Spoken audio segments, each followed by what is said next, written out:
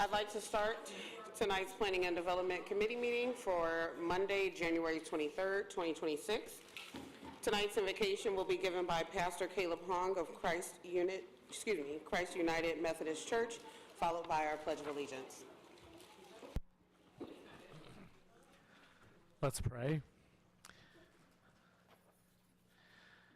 Good and gracious God, we thank you for the gifts of this day, for the gifts of work and health and family and community.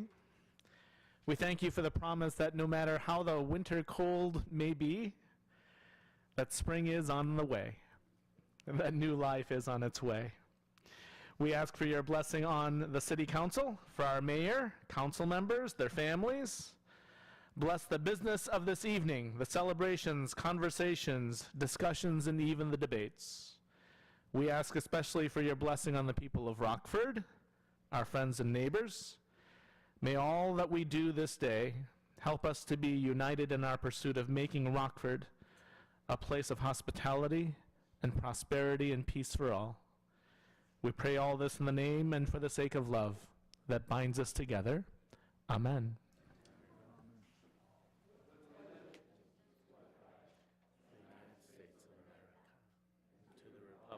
For which it stands, one nation, under God, indivisible, with liberty and justice for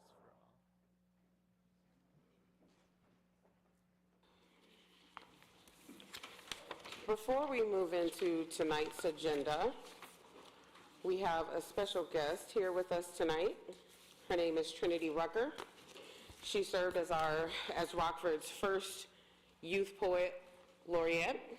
She's a 15-year-old who attends Auburn High School and also a 7th Ward resident. Whoop, whoop. Okay. Y'all know me. Tonight, I'd like to invite her up so she can bless us with her beautiful voice as she sings Lift Every Voice.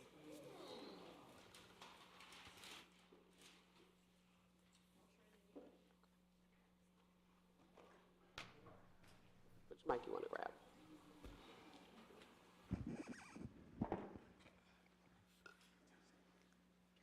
Test, test. Thank you.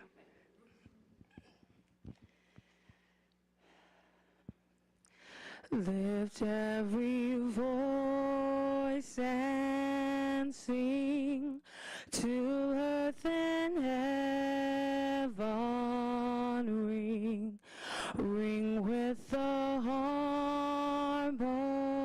harmonies of liberty. Let our rejoicing rise high as the listening skies. Let it resound loud as the rolling sea. Sing a song full of the faith that the dark past has brought us. Sing a song full of the hope that the present has taught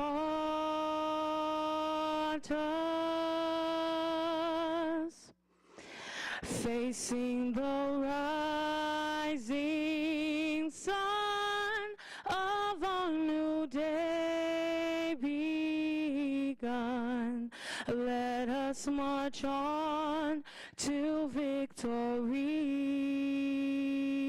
is won. Thank you.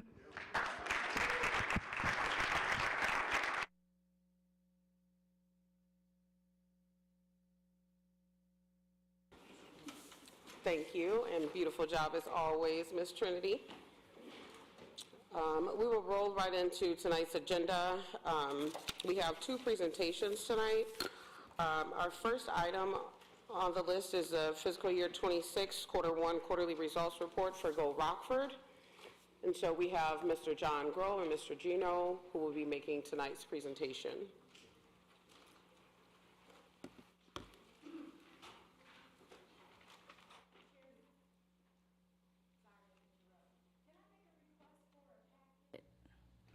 so I can see what we're, No one has them? The website is. Oh.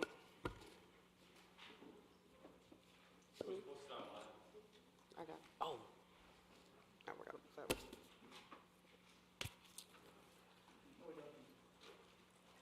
I'm sorry.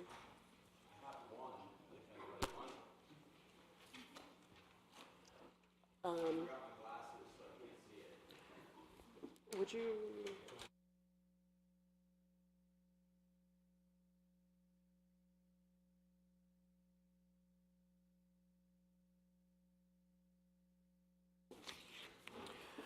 While we get some paperwork together, I'm going to go ahead and go into our, am I allowed to go to the public speakers, or do I need to stick with the agenda now? I can go. Okay. So we'll go ahead and get the public speakers done while we get that corrected. Just as a reminder to our public speakers tonight, you will have 3 minutes to go up to the microphone and make your comments, at which time you will hear an alarm sound, and we just ask that your comments, you bring your comments to close at that time. Our first speaker tonight is John Tack Brantley. I'm gonna do a slight encore. We got the power, we got the power, we got the power, this is true. Ain't nobody gonna tell us what to do. What it take, we have decided, ain't gonna live without it. Too long, we've been divided. Too long, we've been without it. We got the power, we got the power, we got the power, this is true. Back in 1955, the Civil Rights Movement was born. Emmett Till got killed in Mississippi, Tupelo, Mississippi. Rosie Parker refused to give up her seat on the bus. 1955 was the year that Brother John was born. Carter G. Woodson was the founder of the Black History Month. The first 2 weeks at Carter G. Woodson Elementary School in Chicago had the first studio, had the first radio station. In the 3rd grade, my favorite subject was history, social study. I've been in love with history ever since then. I learned about Genghis Khan, Rapanapi, Dr. King. I can go on and on with the different leaders that I learned to mimic. Back in also February the 24th, which is come tomorrow, will be my 71st year young birthday. I was born for Black History Month. I was born to do the things that I do. In the 60s and 70s, they call it a riot. We had 328 riots brain freeze, when Floyd got killed by the police. I can go on and on with talking about Black history, but what I want to get at is talking about our Black history right here in Rockford. Why is it that a lot of our blacks feel like they can't do anything without the white man's permission? A lot of that stems from Booker Washington.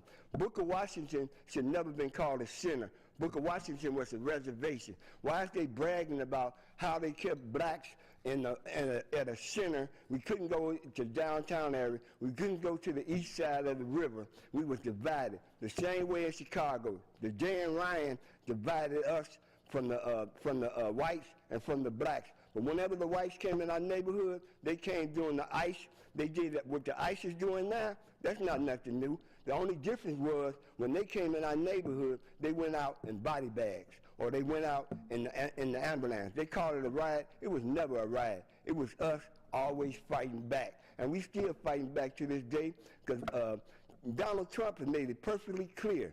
If it's his way or the highway. He even talked about the people he voted for in the Supreme Court, and he called them animals. He always got something negative to say. I'm asking this, brothers and sisters, for changes. We want to run a program at the library, an after-school program. When our kids get suspended out of school, to get kicked out of school, we have a place for them to go. Utilizing the library for kids that get suspended out of school. I'll finish that when, at school. Thank you. Our next public speaker is Denzel Winter.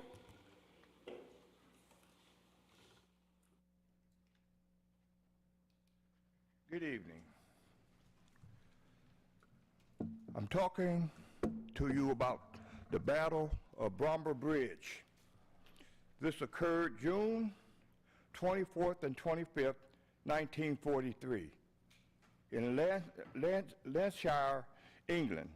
It involved white U.S. soldiers during World War II military police attacking black U.S. soldiers during World War II. The confrontation, sparked by attempts to enforce segregation in a local pub, resulted in the death of Private William Cross and significant racial tensions between the white soldiers, the white military. The police fired on the U.S. soldiers stationed during World War II. I read that the residents of that town were adamant about not discriminating against the black soldiers. The point was to avoid what happened after World War I, when black soldiers, having seen life outside of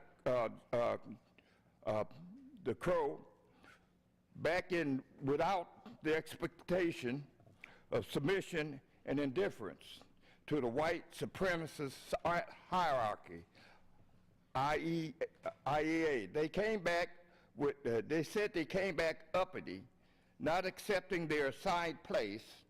We were beaten, maimed, or killed, and had their uniforms stripped off of them if they were seen wearing them in public, to reestablish preferred orders of things. The men of the 11th Quartermaster Truck Regiment, stationed at Bomber Bridge, complained that they received poor food, often had to sleep in the trucks when they stopped at white bases, according to the evidence presented during the court-martial proceedings. The local people in Bramber Bridge defended the black officers, saying that they were welcome in the pub and did not approve of segregation at the base and the events that escalated into a gun battle in the streets and back at the base. 32 members of the 15th, 11th were convicted of mutiny and received and related crime.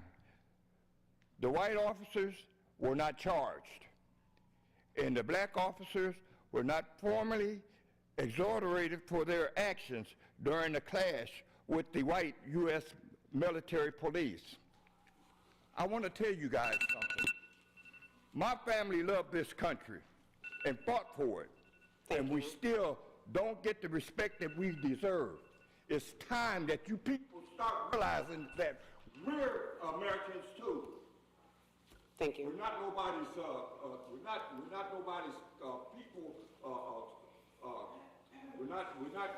subject to be nobody's underlings. Thank you. American people, just like you are, and y'all need to understand that. And I'm mad. Yeah, I'm mad because it's taken us. How long has it taken us for us to get to where we got, and we're still not respected? Thank you. Our next speaker is Prophet Yusuf. Good evening, ladies and gentlemen. In the book of 1 Timothy, the 2nd chapter, the 8th verse, it says, I want the men, every place, to pray. What I want to speak about tonight, praying men. Go outside today and look up and down your street. If someone threatened to attack the families on your street, do you think the men in those homes would come out into the street to defend that community? I'd like to think they would. Well, our communities are under attack. But the invading army is invisible. We engage in spiritual warfare. And Paul lays the lion's share of the responsibility for repelling the enemy's attack at the feet of Christian men. The primary weapon we have to fight with is prayer. We see the men's response most clearly where the word men is not the generic word for the human race, but the specified term males. But before we go any further, we need to back up and see what this prayer should include. Before I go any further, let me tell you what I'm not saying. I'm not saying only men are supposed to pray. The context here is the public worship of the church. And it's clear in this setting, men ought to take the lead in this prayer. But every Christian is to pray. I'm also not saying that prayer is the only thing you do. It's just the first thing you do. You have to start with a divine frame of reference. You have to bring God into the equation, or your equation won't add up. So Paul exhorts us to pray for everyone in authority in the public sector so that our community will be at peace and safe. But this is not just peace and quiet for the sake of peace and quiet. The object of this tranquility is to free us from distraction so we can focus on living godly lives. It also promotes the spread of the gospel so people can come to the knowledge of the truth. Someone may say, wait a minute, I thought the church grew best under persecution. That may be true, but we aren't told to pray for persecution. We are told to pray especially for peace. Christian men, we have quite a prayer agenda. Could it be that one reason our communities and our nation are deteriorating is because God's men are not praying? Think about it. We're under attack. But the answer is not to take to the street. The answer is to take to our knees. I also been want to tell Miss Parham, she's not here, Director of Human Service, my granddaughter, Essie, Brother Allen, who was in the Navy with me just for a long time. And I'm going to get it off my chest tonight. I don't like you, I love you, and you can't do nothing about it, and happy birthday, my good friends, and I wish you many more, and God bless you and your family. Happy birthday to you, happy birthday to you, happy birthday to my good friends, happy birthday to you. Thanks for allowing me to speak. Thank you.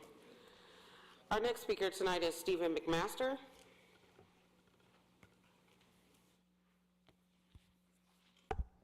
Hello. As everybody in front of me knows, my name is Stephen McMaster. For those who are held captive because we haven't finished the start of our city council meetings, I go to all of these kinds of boards and committees and councils and everything I can get access to that shows up on the date of call for the city of Rockford. And I've encountered quite a few issues. There's something called the Open Meetings Act. That's what lets all of us sit here. That's what lets us give public comment and express our desires for change amongst city council members and any board. Unfortunately, there have also been a lot of violations that I've found of the Open Meetings Act throughout my various activities. And that's led me to a weird position. I don't know if it's a problem with individuals or a problem with the city. So I decided I would try to figure it out.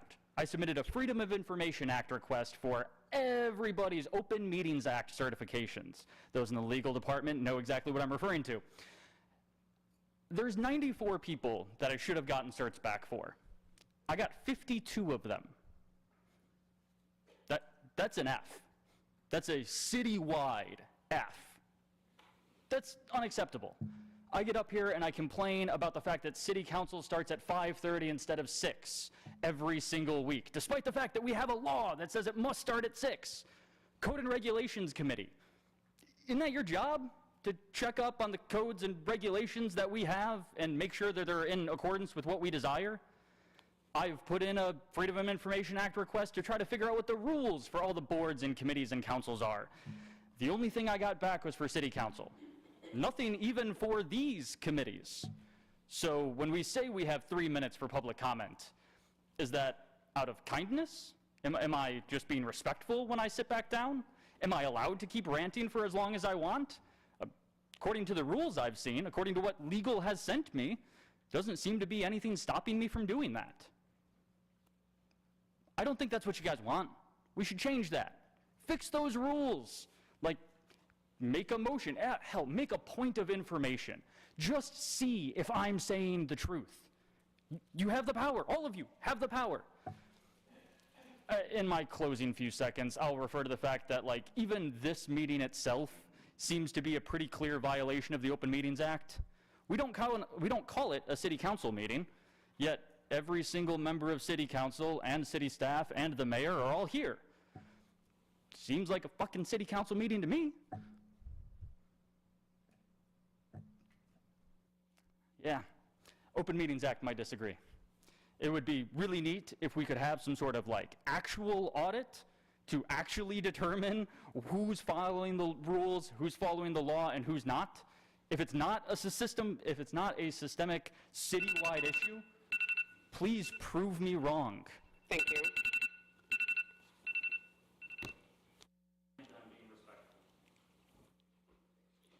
Our next public speaker tonight is Stuart Johnson.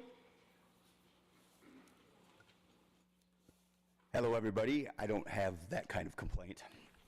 Good evening. My name is Stuart No Lips Johnson, and I'm the founder and chief operator of the Rock and Roll Institute, a local nonprofit dedicated to the education of music for children ages 12 through 20.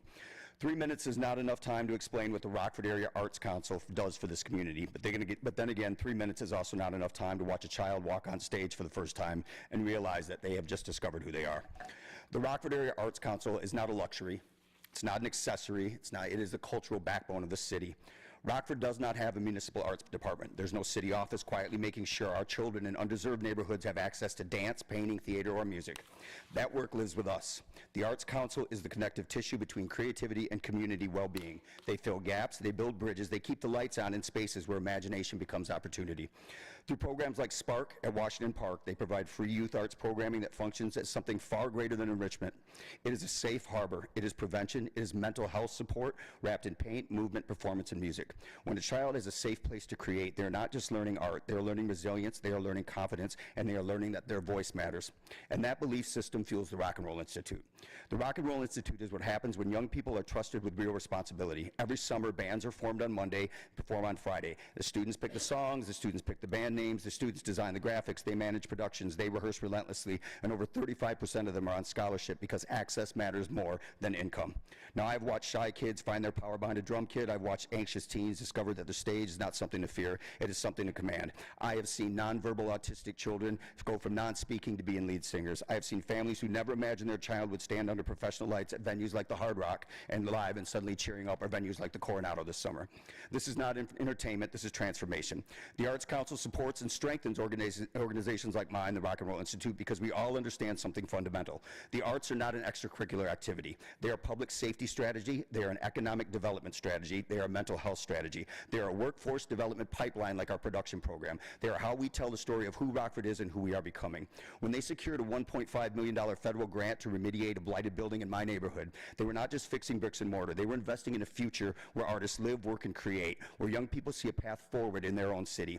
The Rockford Area Arts Council exists so that creativity is not reserved for the few. It exists so that every children in every zip code has access to possibility. It exists so that organizations like the Rock and Roll Institute can amplify the talent already living in this community.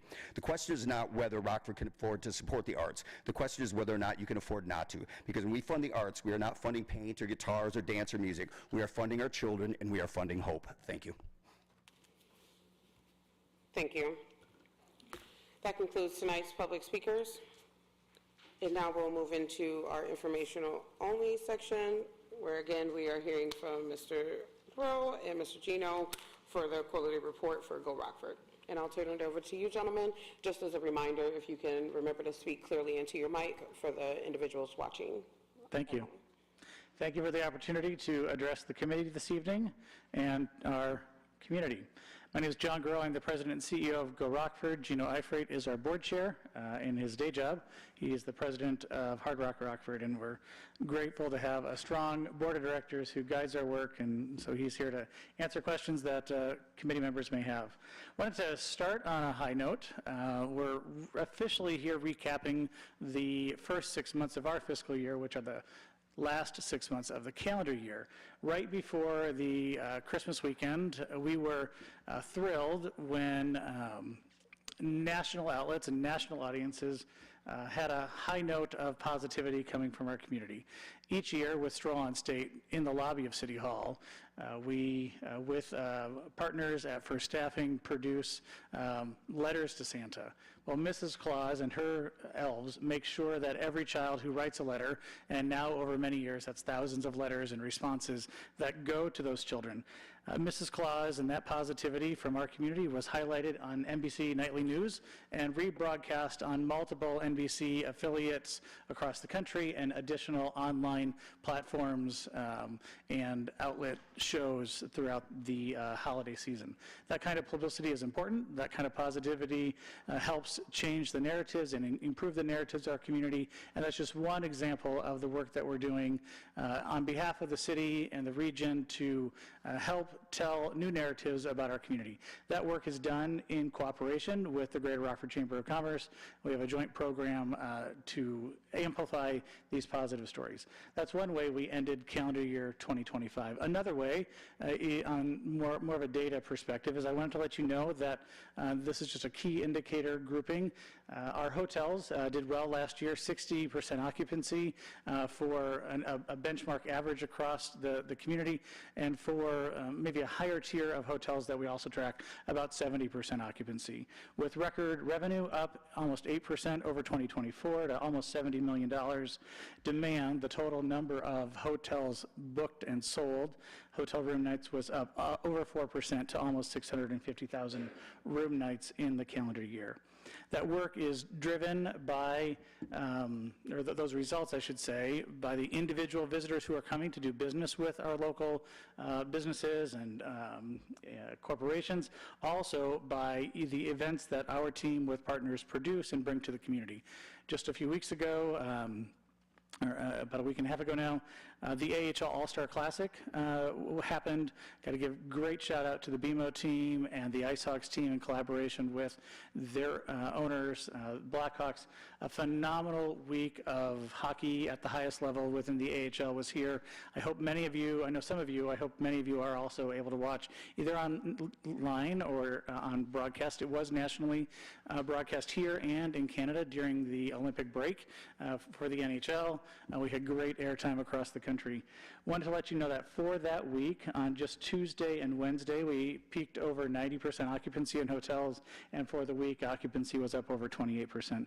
Those types of events help change the narrative, improve the quality of life of our community for our residents, and drive real business growth. When we're able to demonstrate to organizations like the American Hockey League and their commissioners that we can do that, it helps us book and win additional events for our community and for our partners at organizations like the Chamber and others to bring new interest to our community and new investment. One such announcement was just made an hour and a half ago. With our partners at the International Women's Baseball Center, we officially announced that not only will Rockford host the 2026 group stage of the Women's Baseball Softball Confederation World Cup, the 6th highest ranked women's baseball teams this summer. We are one of 2 locations for the group stage. In 2027, we will host the official World Cup of women's baseball. An exciting partnership and an exciting opportunity that builds on previous success from partner investment, including the City of Rockford's investment in Byer Park, in Southwest Rockford, and in the International Women's Baseball Center. So thank you for that. Wanted to point out that the most recent round of funding to Rockford area restaurants just closed through our restaurant relief grant, our 5th and final round of grants to local restaurants who were unduly burdened with a higher unemployment insurance rate due to COVID-19 shutdowns. Those payments continued to follow them for 3 years following. And so we just concluded the final round to 34 restaurants, $450,000 in total. $1.5 million was refunded back to our local restaurants. That's money that they paid because of the catch-22 that they were in, because of the mandates that they were required to close, which led to lower staffing levels, which increased their unemployment insurance to the state. For following the rules. I'm really proud that Winnebago County, that we were the only county that stood up such a program out of all the 102 counties in the state of Illinois. So $1.5 million refunded back to our restaurants, which has significantly helped them repay the loans they took out or the obligations they took on to make those payments. Kudos to Representative West for securing the funding from the state of Illinois, and to our team and our restaurant partners for advocating for it and then bringing that program forward. as we look forward, a couple of things. Ironman is coming back for our second of 3 years, and what we hope will be a multi-year extension that we'll announce later this year if all goes well on June 14th. I want to say thank you to the city, from the administration all the way down to Public Works and Police and Fire and many legal. It is a community-wide effort to host such an internationally renowned corporation hosting that big of an event. That will come back June 14th, and we're excited about that. Two things to wrap up on. We're honored to be partners with the Mayor's Office and the county in administering and overseeing some of the back office functions, if you will, of Rockford and Winnebago County's America 250 celebration. That's fully underway. There's a few things I want folks, and especially council members, to know about so you can help amplify it. There are now grants available to cultural organizations through the Arts Council will administer it. It's through the funds that have been raised from the private sector for grants up to $2,500 for community-based events, cultural events, experiences that amplify the core values of the America 250 celebration, that amplify the community, culture, and connection emphasis that we have here locally. Those applications are available. It's a very simple application on rockfordregion250.com. That's a sub-page of the Go Rockford page. Those applications will be open for a couple of weeks, and then a review panel that the Arts Council is putting together will review those, and we'll be making grants out. We want to get money out into the community to help our partners celebrate the semi-quincentennial. I did it. I said it. There are also through our public schools and our private schools in Rockford and throughout the entire county, there are at all grade levels art and essay contests that are being rolled out right now in our schools. We're excited to be able to recognize student accomplishment and success in as they celebrate through art and essay what they believe it means to be an American. Finally, at GoRockford.com, we have an event submission page for any organization hosting any event related to celebrating this special birthday for our community. And so we want to make sure that we know about those so we can amplify those back to the community and promote those here locally and then beyond. There's a whole lot more in the report. I'm happy to at any time meet with any council member or committee member individually. But Madam Chair, with that, I'm happy to yield back to you and answer any questions. Are there any questions or comments?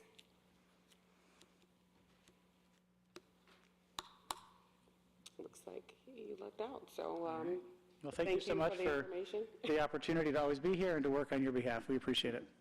Thank you. Have a good evening. Thank you.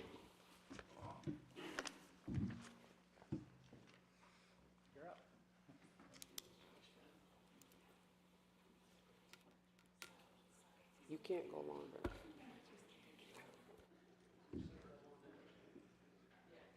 I'll do my best.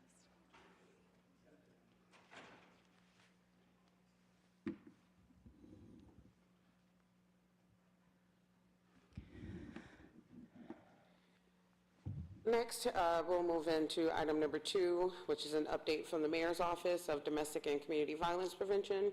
And we have Ms. Deanna and Ms. Jennifer Capchapalia here to present to us tonight.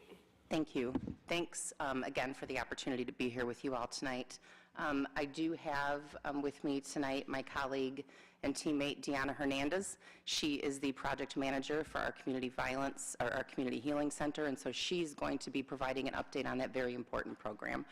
But first, very briefly, I will jump in and do as best as I can to cover the update for you in a timely way. I know you have a lot to cover tonight.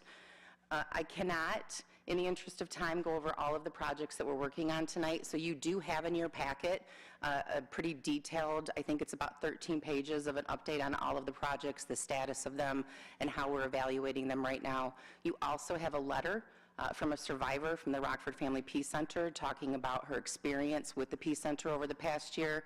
I'm not doing a portion of the presentation tonight on the Peace Center, so I just wanted to note that. These are the topics that we're going to be covering tonight. We're going to talk a little bit about the medical response portion of our lethality prevention work, our work with Rockford Public Schools, our work with our human trafficking initiatives. Throughout that, I'll talk a little bit about data, and then I'll turn it over to Deanna so that she can provide you an update on our healing center.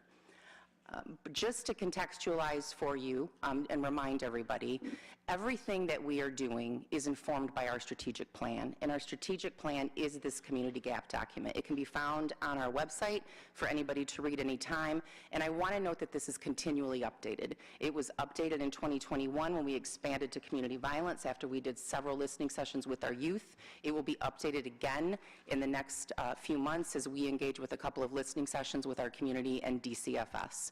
And so I just wanted to note that. I'm next going to go in to our work on lethality. And before I do, I just wanted to pause for a second and let everybody know that I'm going to start talking about strangulation. And I'm going to start talking about lethality factors. And so anybody who would like to not listen, to turn the TV off, to leave the room, to disassociate, whatever you would like to do, please feel free to do so now. But turning to our lethality prevention divisions, I wanted to remind everybody the data points that informed our work around the medical response. And so you will recall that we, in February of 2023 at the Rockford Family Peace Center, started deploying a piece of data, a study called the Danger Assessment. It's an evaluation of someone's lethality on the continuum of lethality if he, she, or they are involved in an interpersonal violence situation. It's a validated tool developed by Dr. Jackie Candle out of Johns Hopkins University. And she has done nothing but study domestic violence homicides or near homicides for her entire career.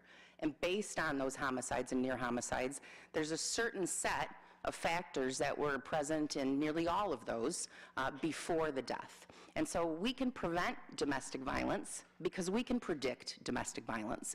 And so we want to give everybody who walks into the Rockford Family Peace Center an opportunity to see where they may be on that continuum of danger if they are in an intimate partner violence situation. And so we offer them not the full data assessment, but the Danger Assessment 5. So we ask them 5 questions to gauge where they are in that continuum. And 2 of those questions are reflected here. And since 2023, we float around these outcomes. But in 2025, 57% of the people walking into the Rockford Family Peace Center have been strangled, and 72% of them are scoring at high risk of death. It were these data points, along with voices of survivors, that helped us really focus on that medical response portion of our medical continuum, or of our strangulation response continuum. You'll recall we've done work with 911. We've done tremendous work with the fire department and the EMTs there in helping empower them and understand what to look for and screen for on calls. Certainly, we've worked closely with our law enforcement, developed a strangulation supplement that they now deploy on scene that is seeing an increase of strangulation convictions at the Winnebago County State's Attorney's Office. And quite frankly, what we were looking at for the medical response before we started to deploy that data, the danger assessment, was really just looking at equipment that we could have inside of emergency rooms so that survivors who had been strangled could get the right exam.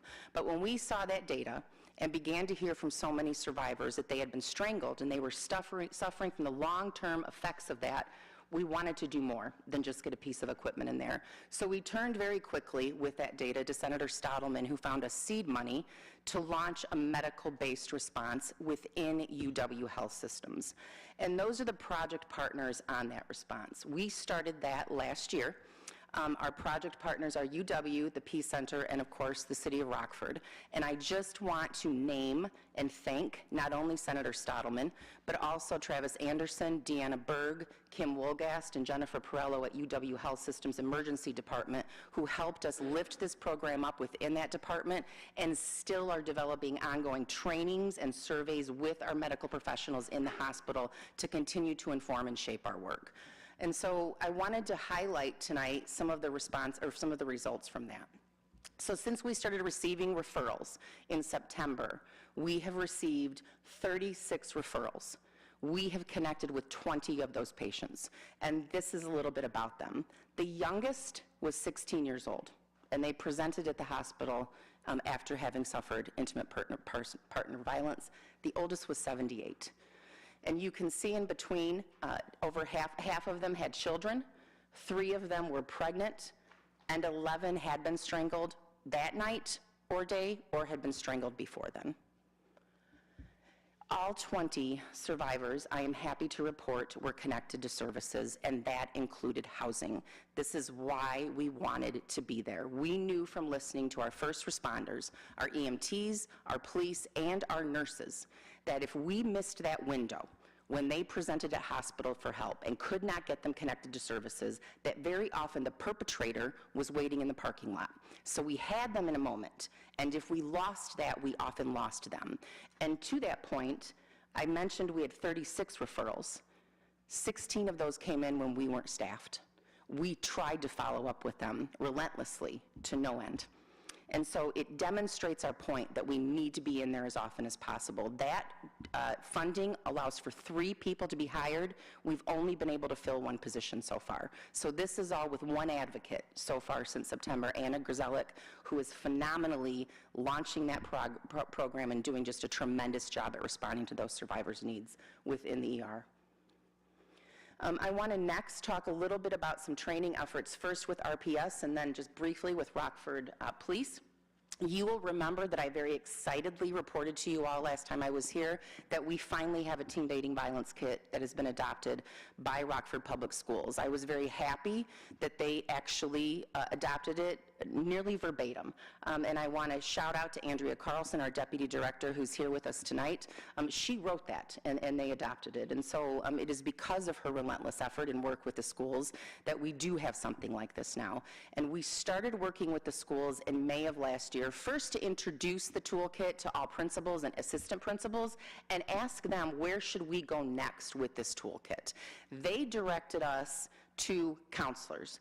They said to us that if we wanted to make sure that the critical people in the school had the information, we should certainly go through the entire school body, but that we should start with counselors. And so you can see that we started doing that in September and October, and those are reflected in the green arrows. What I want to lift up also are the purple arrows, because in the middle of this, we were contacted by the schools about a new law as part of the Ensuring Success in Schools statute that requires schools to do things to ensure our children succeed in schools. And one of those that was new this year and that they had to have in place by July of 2025 was, in fact, a response to domestic violence. And so that, we call it for short the 26A law, because that's the number that they've coded it in the statute, so we just use that for short. The 26A law, if you think of it, is really more for you educators than IEP. It's really the nuts and bolts within the building of the tree, of what's going to happen specifically, case by case, to keep that child in school. The toolkit is really more broadly talking about what domestic violence might look like in one of your students, how you should respond to it, and how you shouldn't respond to it. And most importantly, here are the resources in the community that you can get your student connected to should they disclose that they're experiencing this violence. And so we have embarked with RPS on a very, very intense and robust set of training. Again, Andrea Carlson from our team is leading this with members of our cross-coordinated community response. Just this past year, or this past 6 weeks, yes, in January 14th, we actually had Kim Wogast from UW Health Systems and Shannon Kruger from Merit come in and talk to our counselors about strangulation, very specifically in our kids. We're going to finish this series of trainings with all of the professionals that you see there. We'll be doing an evaluation of the training in March, and then we'll be moving on to the next set of people inside those buildings to start working with and training. Very briefly, with Rockford Police, when I was here last, we had reported out on our listening sessions that we were doing with police, and the feedback that we got from our officers informed a broader training that we launched with our new recruits last year. Chief Red asked us, after she heard the feedback from her officers, to put together some sessions with our new people coming on. We launched that in May of 2025. You can see we've seen some significant increases across the board. These are on a 5-point scale, so a 1.4 means something to us. And then we did that again in August, and really at the end of last year, Chief Red approached us and said, this is really wonderful for our new officers. I want our field training officers to have that now. And so in January, we did a full court press, again, multidisciplinary team training, and trained all of the field training officers. She and her team kind of regrouped with us, and we're evaluating next steps around training. It seems as though our new recruit training, while they found it valuable, it was a lot for them before they hit the streets, and they really didn't have anything to contextualize within because they hadn't been on the streets yet. So they've asked to receive that training a little bit further along the line after they've been out on the streets. So we're going to be deploying that a little bit differently going forward. And then I'm going to wrap my portion of this with a little bit of an update on our human trafficking task force. So just a quick reminder about who is on that task force. And some of the work that we are doing there. We meet monthly. This is not grant funded. I'm very proud of that. I think we are one of the only non-funded grant task force in the state. Everybody else has waited very specifically for funding to do this, but none of those people have. And so we convene every single month at District 1 Police Station, and we do several things. One of the things that we do is we've created 2 subcommittees. The first one is a data subcommittee, and that is in partnership with UIC College of Medicine. A team of students there and professors really wanted to get a better understanding of who is purchasing human beings for sex and use and abuse in our community, and also who are our kids who may be more vulnerable for this. And just so I'm clear for 1 second for everybody here and who might be listening, when I'm talking about our kids, I'm talking about kids born and raised in this community, period. And so I'm not talking about anybody being brought here from other continents or countries. So when we look at our task force, we look at that data subcommittee that is really looking at trying to get that snapshot that we hope to use in education and awareness, because there are misconceptions and myths about who is purchasing our kids for their use and abuse and who may be vulnerable to it, because every child is vulnerable to it. This is indiscriminate, right? And the other subcommittee for that is our enforcement subcommittee, and that is led by Jay Hanley. And he has convened many of those law enforcement members around that table to come up with a process and protocol of what to do once there is an investigation needed. Who gets called, under what circumstances, where does the child get taken, who's going after the perpetrator, et cetera, et cetera. So they're working on building that out. We are going to finalize those best practices in a community response protocol that every single agency around that table will adopt and commit to using going forward. Those have to be full of best practices. Those have to be trauma-informed responses that help get our kids connected to services and hopefully the perpetrators arrested and off our streets and held accountable. I want to talk to you a bit now about some of the trainings that we have launched. The committee, the entire task force, really saw one of our largest gaps is awareness and understanding of what this is across the boards, from kids to adults to professionals in every single profession. And so they really emphasized to us we have got to do more about awareness, in particular for our babies. We started with several of those last 3 dot points, but first I want to talk to you about I Empathize and a man named Randy James, who is currently a Rockford firefighter, and a retired Rockford firefighter named Chad Callison, who reached out on their own initiative to my office after they had gone through an I Empathize training. I Empathize training is developed by first responders for first responders, and it is informed by survivors. And Randy and Chad really came to us and said, we are tired of seeing things that we are concerned about on scene and not entirely knowing what to do about it, and then finding out later we might have missed something really critical. We need more information about what human trafficking looks like and where we might stumble across a human trafficking survivor. They were exposed to this training in another training they went to, and so we worked very closely with the I Empathize founders and directors to bring that here in November. We had over 260 participants of it. It was the first time, even though it is built by first responders, that I Empathize trainers told us that they had law enforcement come through. So I just want to give kudos to our law enforcement, not only Rockford City, but other law enforcement agencies who took the time out of their day to come to a free accredited training. And I hope next time those who didn't will give it a shot. Those last 3 dot points are the trainings that we are deploying within our community for young people. And Deanna's going to talk to you a little bit more about a couple of those, but briefly, not a number is deployed by Rockford Alliance Against Sexual Exploitation. They are our only human trafficking agency in Rockford, Illinois, or the entire Northern Illinois region, who does nothing except focus on survivors of human trafficking.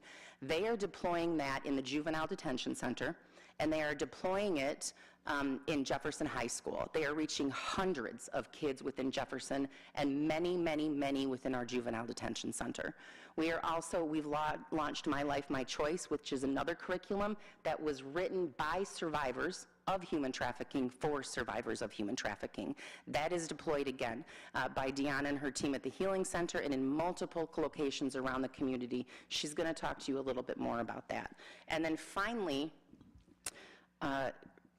unfortunately and regrettably, we have come to the conclusion that we have got to start talking more to our elementary school kids about human trafficking. We know they're being targeted, we know they are being groomed, and we are not doing enough to arm our babies with information about what it looks like when this starts to happen to you. And so I'm very proud of the fact that we have deployed a curriculum called NetSmarts, and it is with our littles, our littlest of littles. And what I want you all to know is I'm going to talk to you a little bit on the next page about the cases that the human trafficking team is studying and debriefing. They've been referred by some of our partners. They are not the same cases that the kids are disclosing on during these trainings.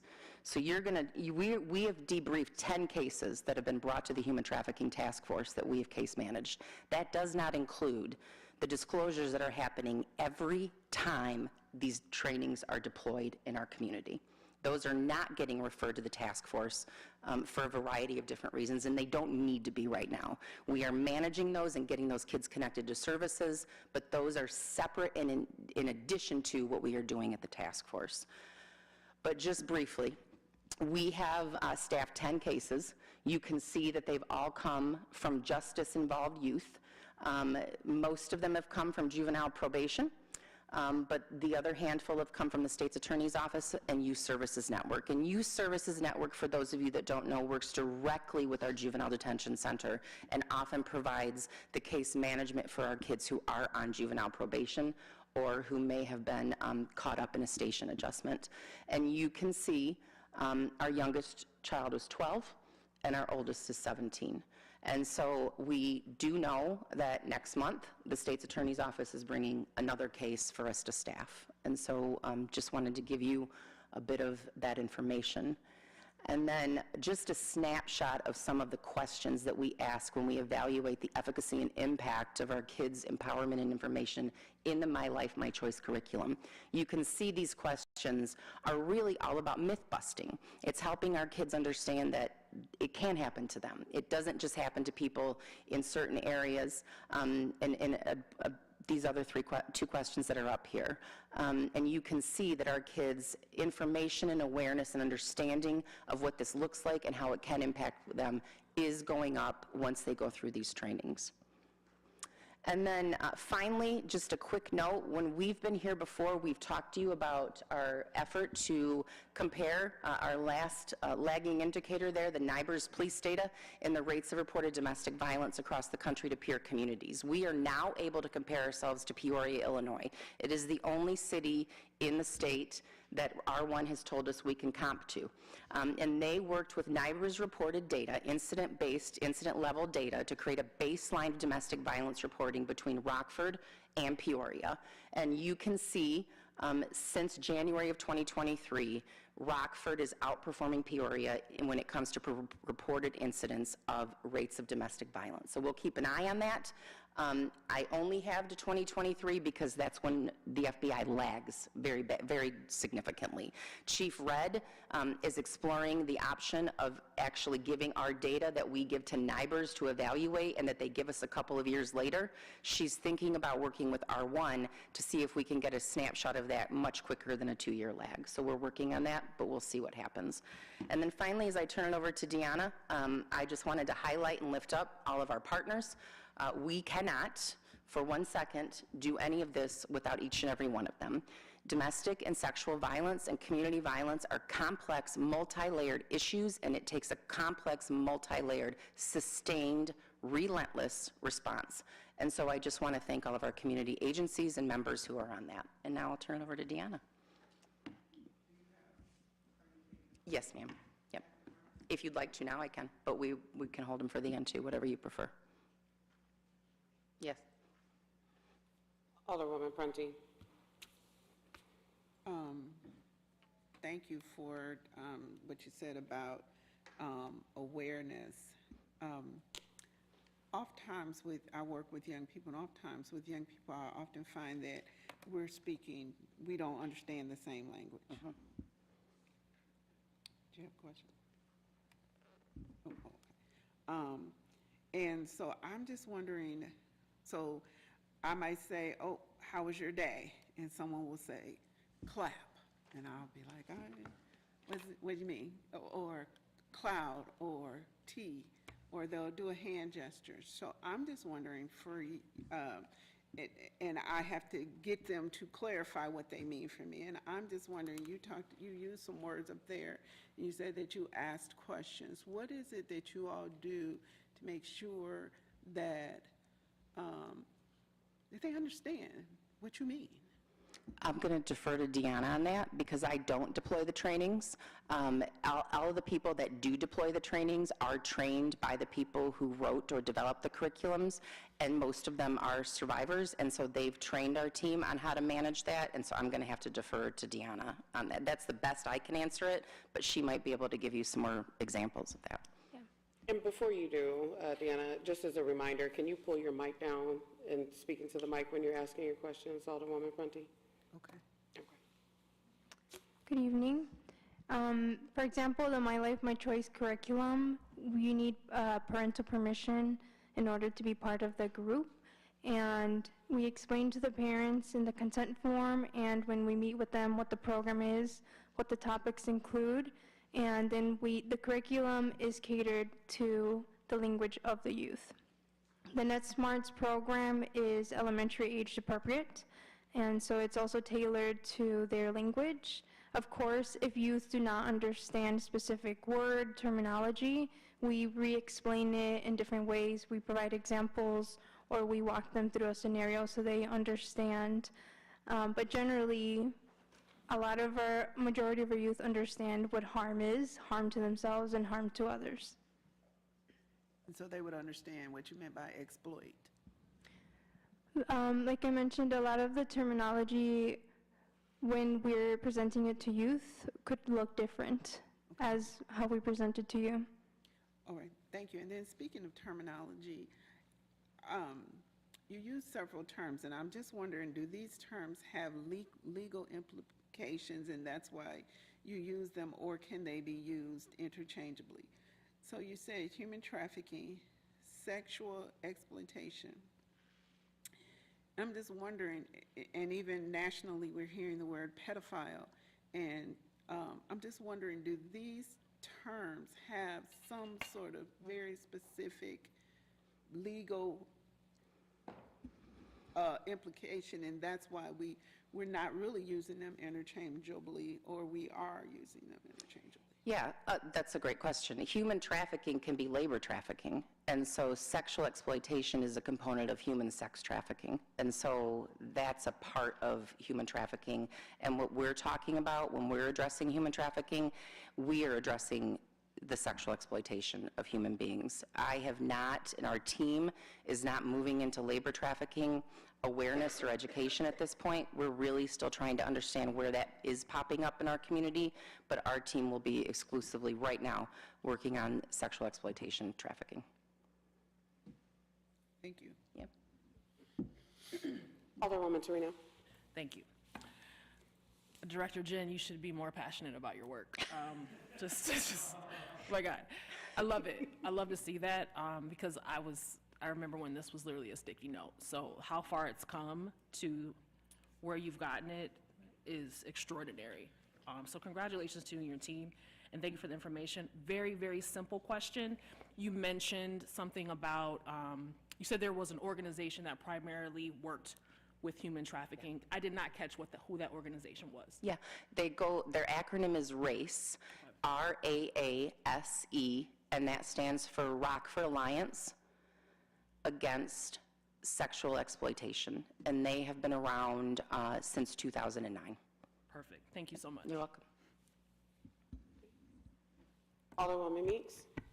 I guess we're asking questions, so I'm going to ask some. Thank you so much for your work and your work as well. This is a really important topic. I hear a lot about this issue. I've actually had just maybe not residents, but just citizens in this community that have come forward feeling just some concerns with feeling comfortable enough sharing their story and getting the help that they need, maybe not submitting police reports and things like that. How do you handle those situations when you come across people that don't necessarily feel comfortable sharing? They feel like if they share information, there's going to be kind of a form of retaliation, and they don't feel like those that are doing the deed are being held accountable. I completely understand. Their fear is reasonable. And I would just encourage them to please reach out to the Rockford Family Peace Center. You do not have to be a client to the Peace Center to get services.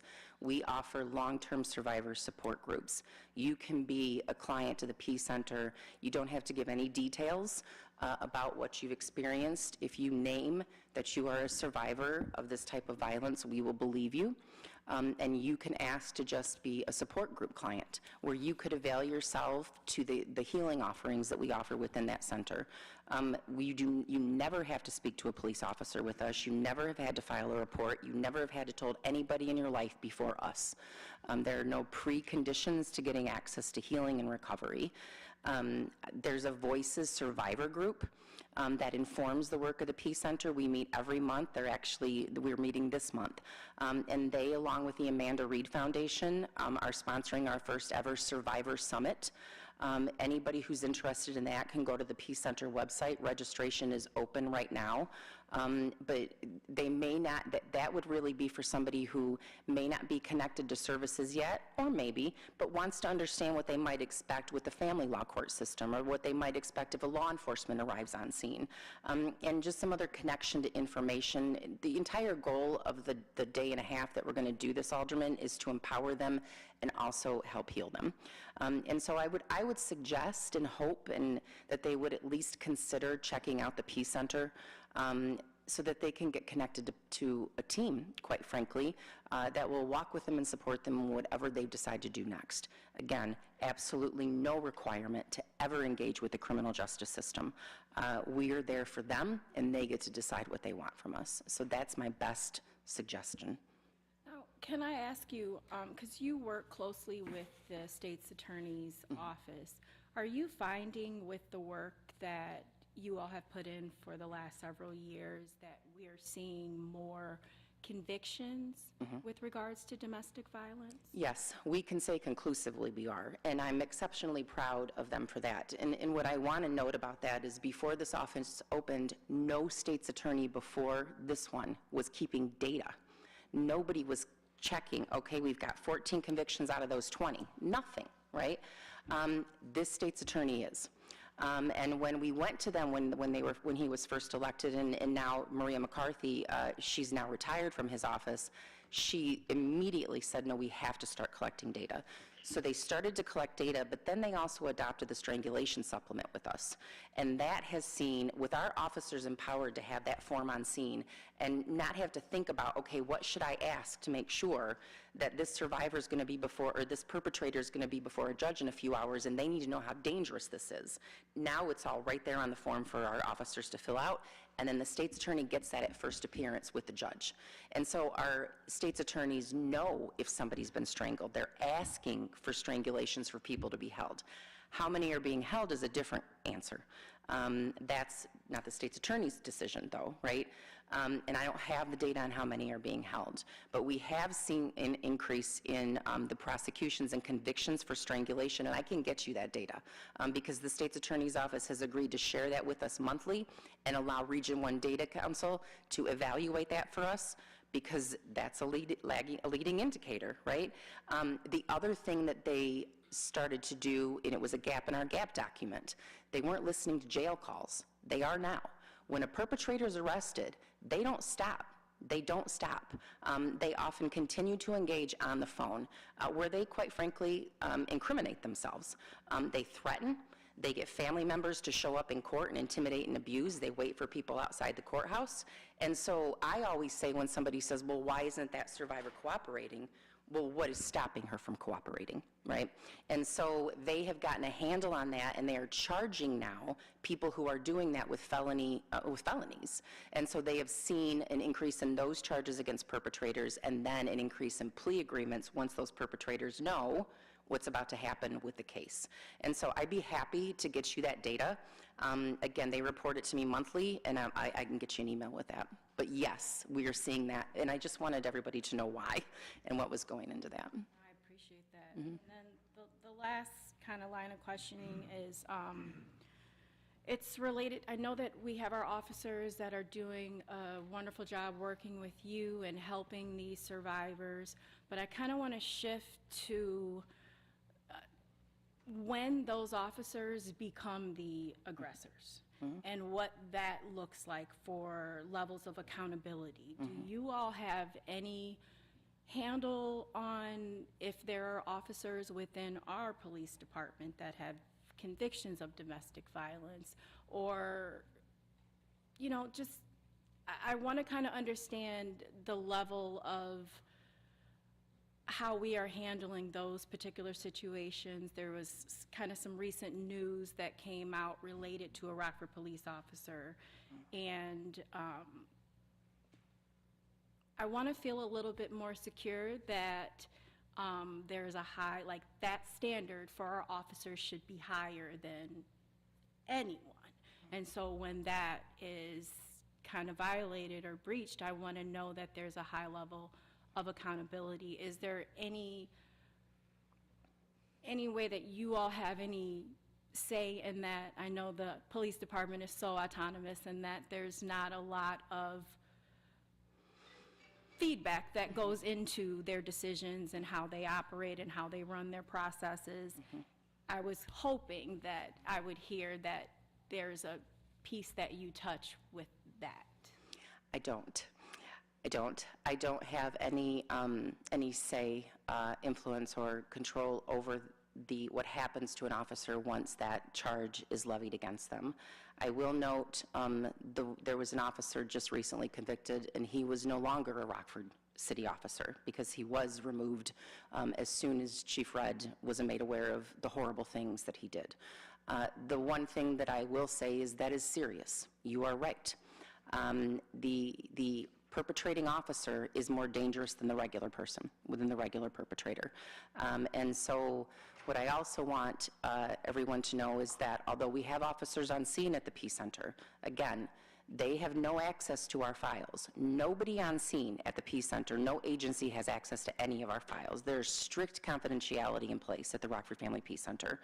And so the last thing I will say about that, and then I don't know if Chief Red wants to say anything. I just want to hold space if she does, and if she doesn't, that's fine. But the last thing I will say is that in my experience, the officers who find out about an offending officer, they are the ones that want that officer held accountable more than anybody to get them off the departments. And so that's been my experience here with our officers. But thank you for asking. It's dangerous, and it's something we should be paying attention to. So Chief came in the middle of your question. So the line of questioning that I had was related to domestic violence with our officers and kind of what that process looks like, if there's a special process that takes place to hold those officers accountable. I know in California they have a weapons ban, so that if there is a conviction for an officer, then they are banned from using weapons, therefore unable to be an officer. Do we have something like that here?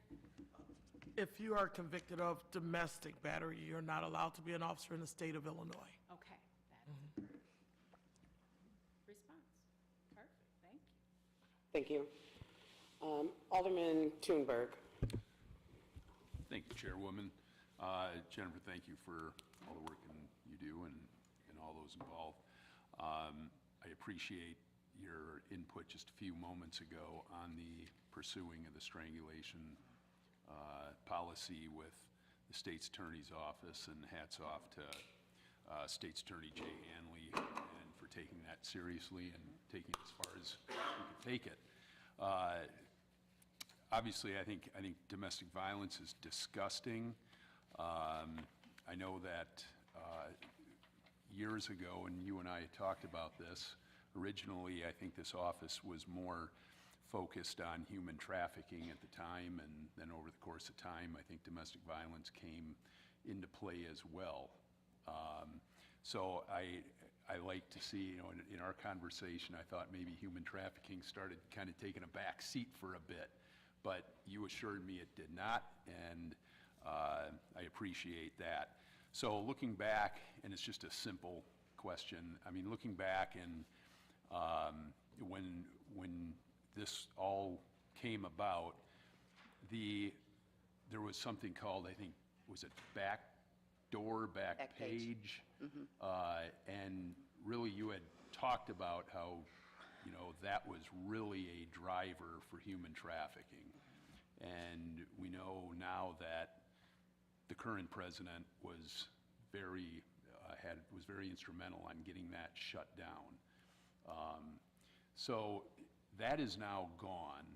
I assume there's some other scrupulous sites that have popped up or taken its place, but at the time also you had mentioned that you talked about that Rockford seemed to be almost kind of a hub for human trafficking, and I won't say the word, what I'd like to say, the people that promote that and do it. So now, if you were to say, now in today's environment right now, and all the work that you've done and the Peace Center has done, would you still categorize us, the city of Rockford, as still kind of being a hub for human trafficking? Sure. Have we made, you showed us numbers of Peoria and such, and how we compare. Have we made progress to the point where you may not say we're the hub any longer? So thank you for taking me back down memory lane. So that data point was actually the National Human Trafficking Hotline. Illinois, at the time the office opened, was number 2 in the state. I believe, please don't quote me on this, I can check and get back to you, I believe we're 7th now, Rockford within the state. And that's of reported incidents of human trafficking. We were number 2, yeah. Have we made strides? Without question. One of the things that I used to do in my free time was monitor what are called John's boards, and that's places where people who purchase human beings for sex like to go and talk about their escapades. And they started talking about us when this office opened. They started talking about what is happening in Rockford. They literally said, we don't know what's happening in Rockford, but it's not safe there for us to do this anymore. And that came very specifically after we shut down Chantilly Lace. You'll remember that's one of the first things we did, followed very closely by the Exclusive Boutique. Those have not reopened. I am constantly monitoring those type of places popping up in our community. And when this office opened, there were many more than there are now.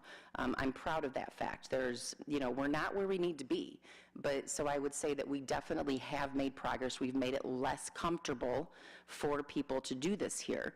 I think that we lost a little speed after COVID. We were doing sting after sting after sting instead of we were arresting the purchasers of sex in our community, and that, again, they were online talking about, I'm not going to go to Rockford to do this anymore. Unfortunately, they were just finding other communities to do it in, but they were leaving Rockford. I don't know now. I haven't been on a John's board in a minute to see what the chatter is now, But I will tell you that the Enforcement Subcommittee for the Human Trafficking Task Force works very closely with the state police. Chief Red's team is also working very closely with the state police, and we are seeing those enforcement activities start to gain speed again, especially with some funding to the state police to do those things. And I don't know, Chief Red, if you wanted to add anything else about that. I would just add the putting the information out in the public played a big part, where that we were releasing names of the individuals who were arrested for buying sex, regardless of what community they came from, as well as working with our legal team and impounding their vehicles. So I think that was a lot of the conversation about not coming back to Rockford because of the price they would have to pay. Yeah, yeah. I'm just going to take a brief opportunity to say, if you are somebody who is buying human beings for sex, get out of our community. Seek help, please, to the extent that you can be helped. But to the extent that you can't, get out of our community and leave our children alone. It is the scariest thing that we deal with. Domestic violence is hard. Human trafficking is merciless. And they are coming for our kids, and they know where to find them. And so it is one of the things that makes me exceptionally angry. And I think that anybody who is arrested for solicitation should be put on a sex offender registry for the rest of their life, and should have a bunch of other different consequences that go along with it. And so I just didn't want to let that moment pass without giving my 2 cents on that. Thank you for entertaining it. And thanks, Jennifer. You say it a little more kindly than I do. So. Thank you. Thank you very much. Thank you.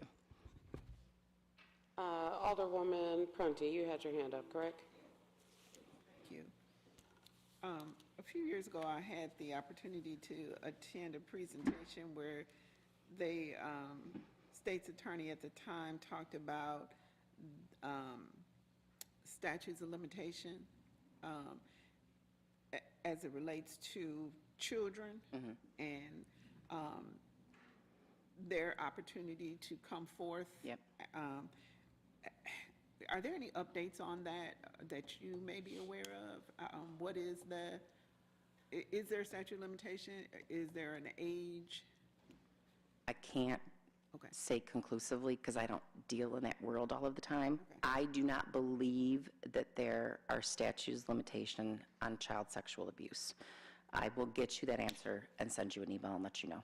Thank you. Yep. Alderman Beach. Thank you, Madam Chairman.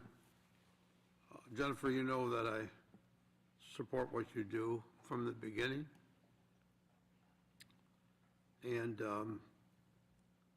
when Judge Collins was in office, she invited us to come down, and I was attending their meetings for probably 2 or 3 years. I've been to do some of the courses, and I appreciate the efforts that you do in this area. But there's a question that's on my mind. I'd like to present it. Matter of fact, a constituent asked me about this. But do you know if there are any domestic violence courses and and continuing educations for mental health license required in the state of Illinois? I do not know. Do not know. Would that be something you could support? Yes. Okay. Well, I appreciate that because this is an issue that's way beyond Rockford. And you have a lot of insight that would be able to draft some kind of legislation. Have you ever thought of doing that? I have not thought of drafting that. We are right now working on some other legislation, but I have not, honestly, focused very specifically on the medical school. You'll remember that we're working with medical students in UIC. Yes.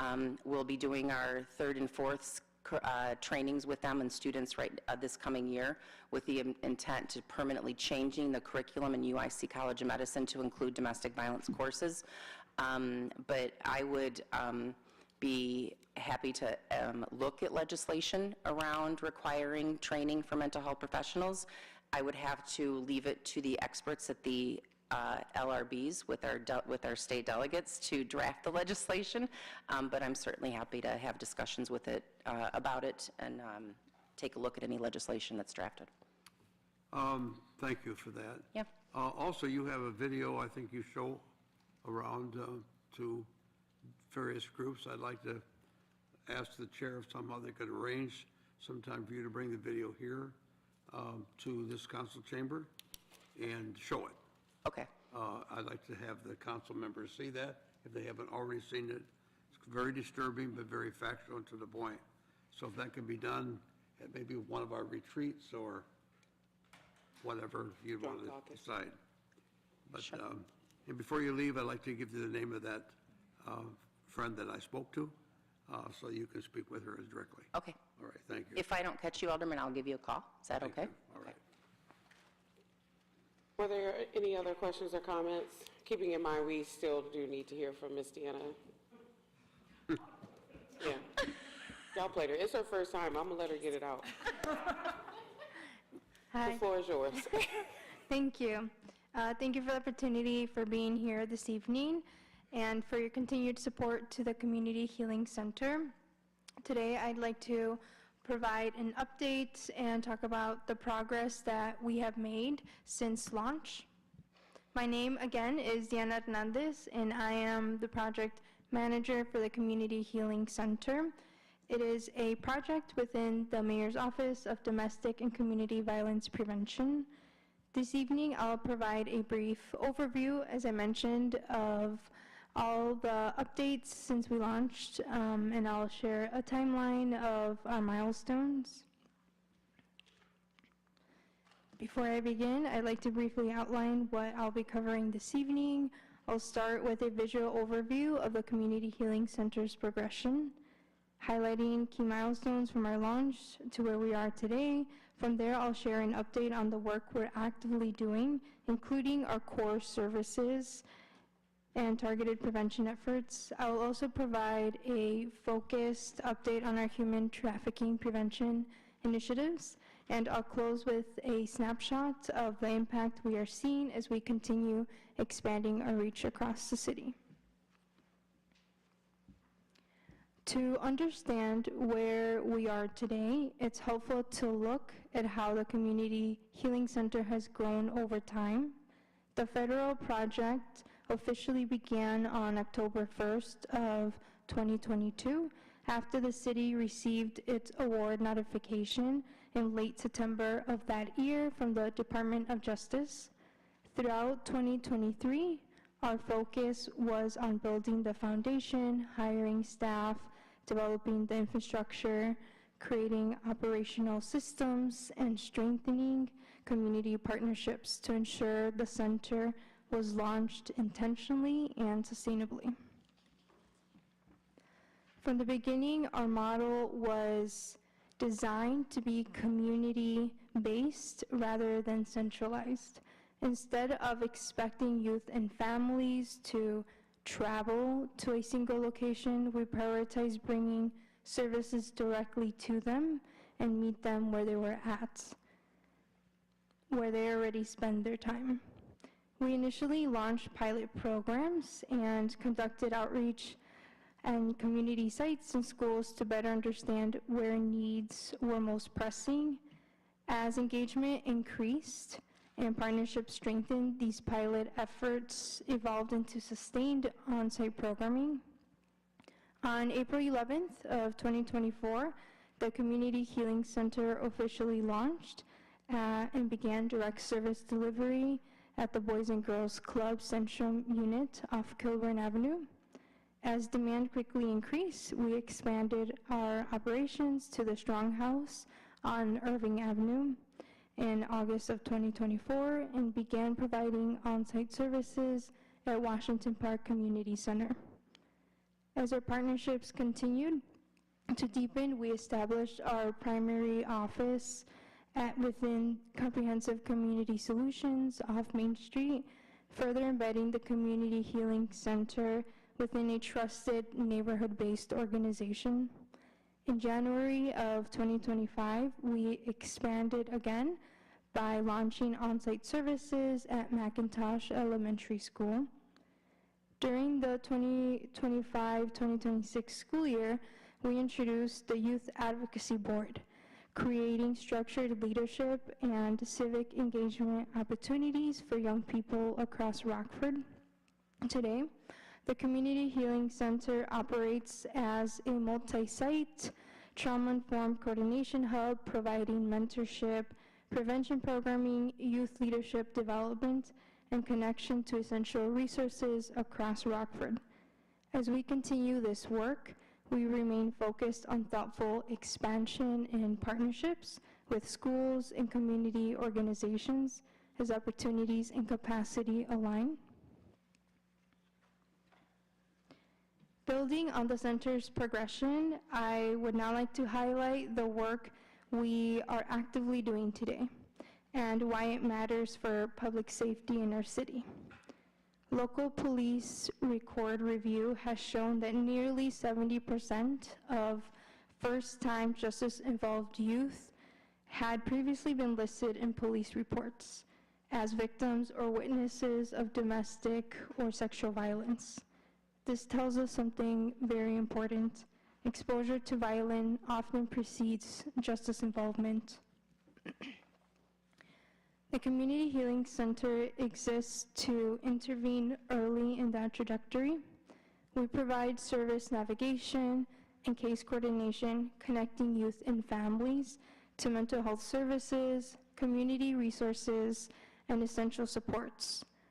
Through navigation, we also coordinate emergency and basic needs stabilization, including food, clothing, hygiene products, transportation assistance such as Uber and Lyft cards, and other supports that reduce stressors that often escalate into crisis. Our mentorship model is relationship-based and trauma-informed, and really talking to youth at their level and meeting them where they're at. Many youth we serve have shared that they lack a consistent, trusted adult. We intentionally build authentic relationships grounded in accountability, structure, and respect.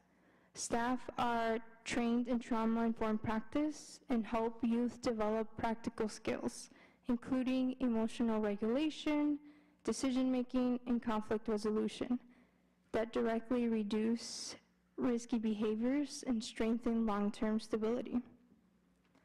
This is exactly what our community asked for in the GAP document: the need for navigators, credible mentors, coordinated support teams, and youth advisory councils that give young people a voice in shaping solutions. We provide school-based restorative justice circles and prevention curriculum that address conflict before it escalates into school discipline or justice involvement. We operate structured drop-in and enrichment programming in neighborhood spaces where youth already gather, meeting them where they're at rather than expecting them to navigate systems alone. We partnered with City Foundation to facilitate youth support groups at the Strong House, focused on emotional regulation and healthy relationships all throughout 2025. In addition, we invited the Rockford Area Arts Council and to paint a mural with the youth in the Strong House neighborhood.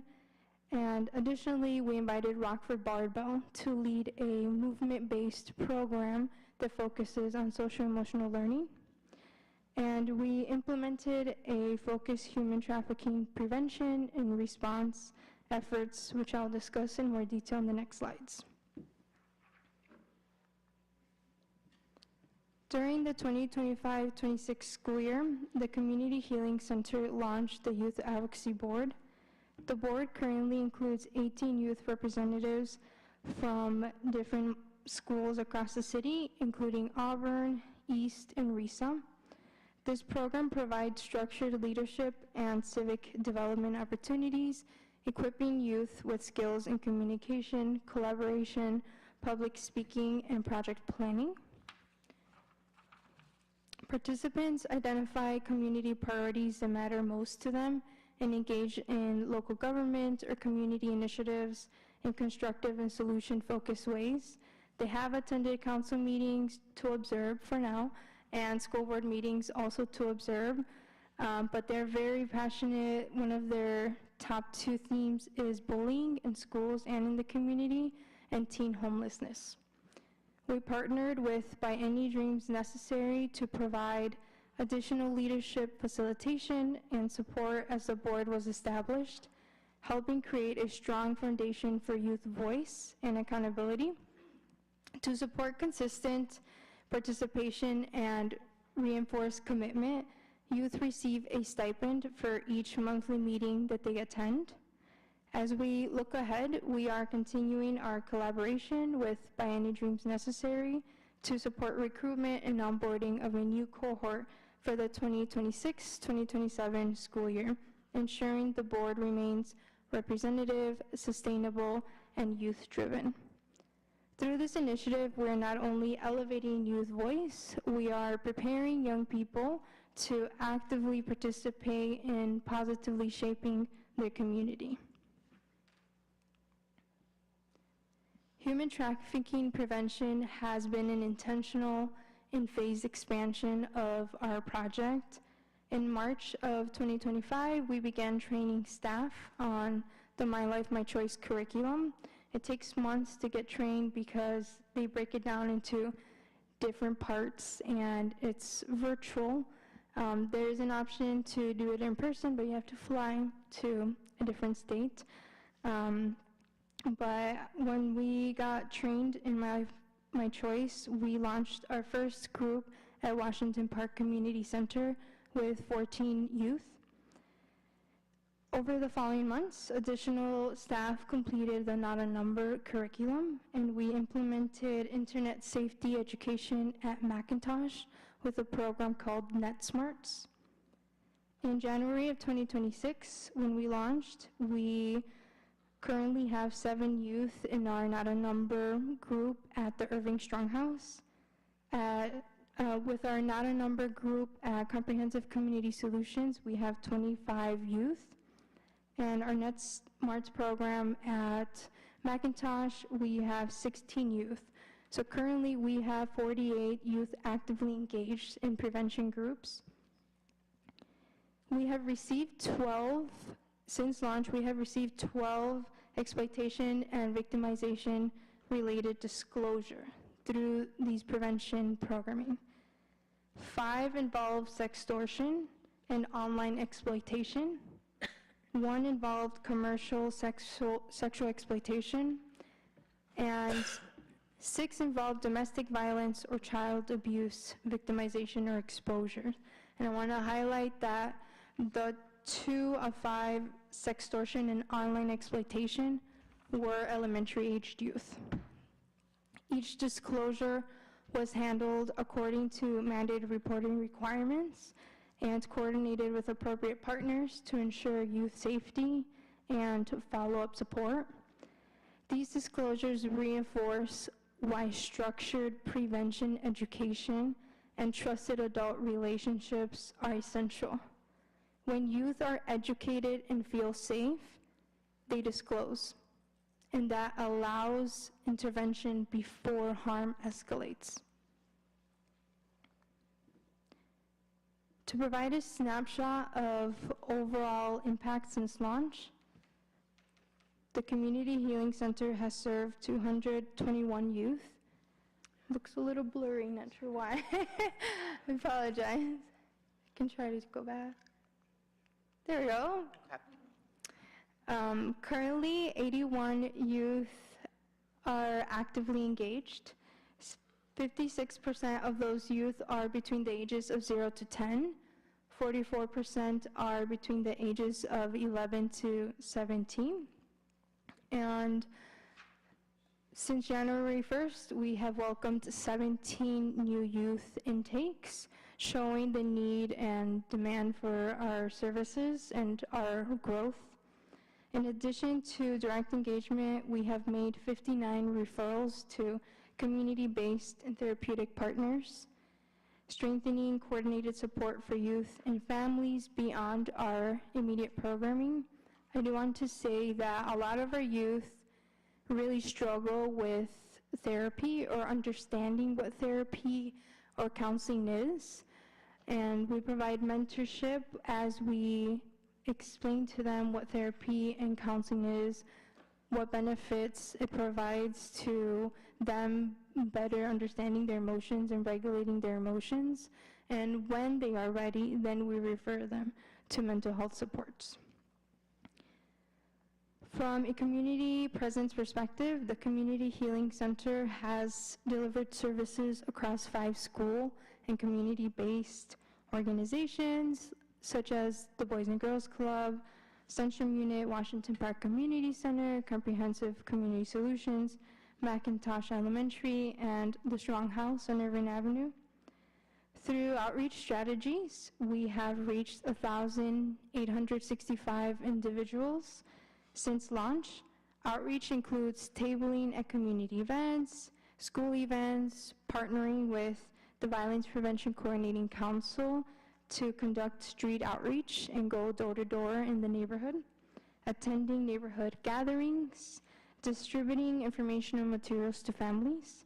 When families express interest, we follow up directly to provide information, assess needs, and connect them to services. Outreach is not a one-time interaction, and it is often the step in building trust and opening a pathway to ongoing support. Together, these data points reflect both service depth through sustained case coordination, mentorship, and broad community outreach across neighborhoods. As our team capacity grows, we will be able to expand both outreach efforts and follow-up coordination even further. In addition to service reach, we are tracking measurable youth outcomes. Across all reporting periods, 22 youth completed our pre and post HOPE scale assessments. Of those, 12 or 55% demonstrated measurable improvement in HOPE scores. We also had 27 youth complete our matched pre and post program surveys. The greatest areas of improvement were observed in decision-making and HOPE and conflict resolution, and decision-making increased by 7.6%, and conflict resolution increased by an average of 4%. Decision-making and conflict resolution and HOPE are protective factors directly linked to reduce risk behaviors and lower likelihood of future justice involvement. These findings reflect measurable growth in the exact skills and capacities we intentionally target through mentorship, restorative practices, and prevention programming.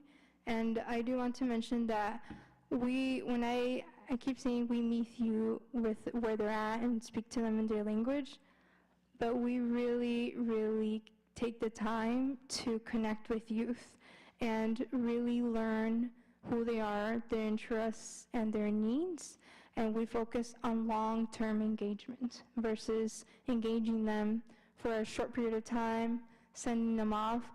We really take the time to ensure that they have followed up with services, that they have connected with someone from a different agency or partner organization, and that they have began services before we begin to slowly detach, unless the youth want to stick around, which we do have a lot of long-term youth since we have launched the Community Healing Center.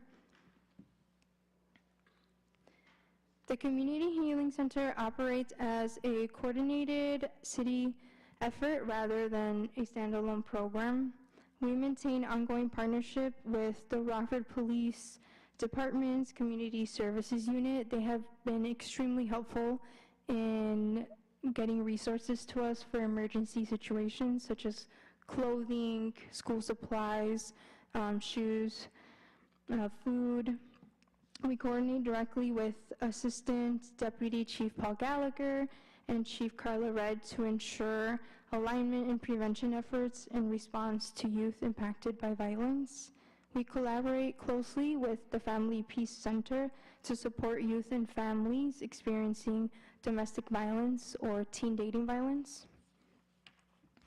We also receive case management support and coordination from the Violence Prevention Coordinating Council, strengthening multidisciplinary collaboration. In addition, we participate in joint outreach and community events to increase access to services and ensure families are aware of the available supports.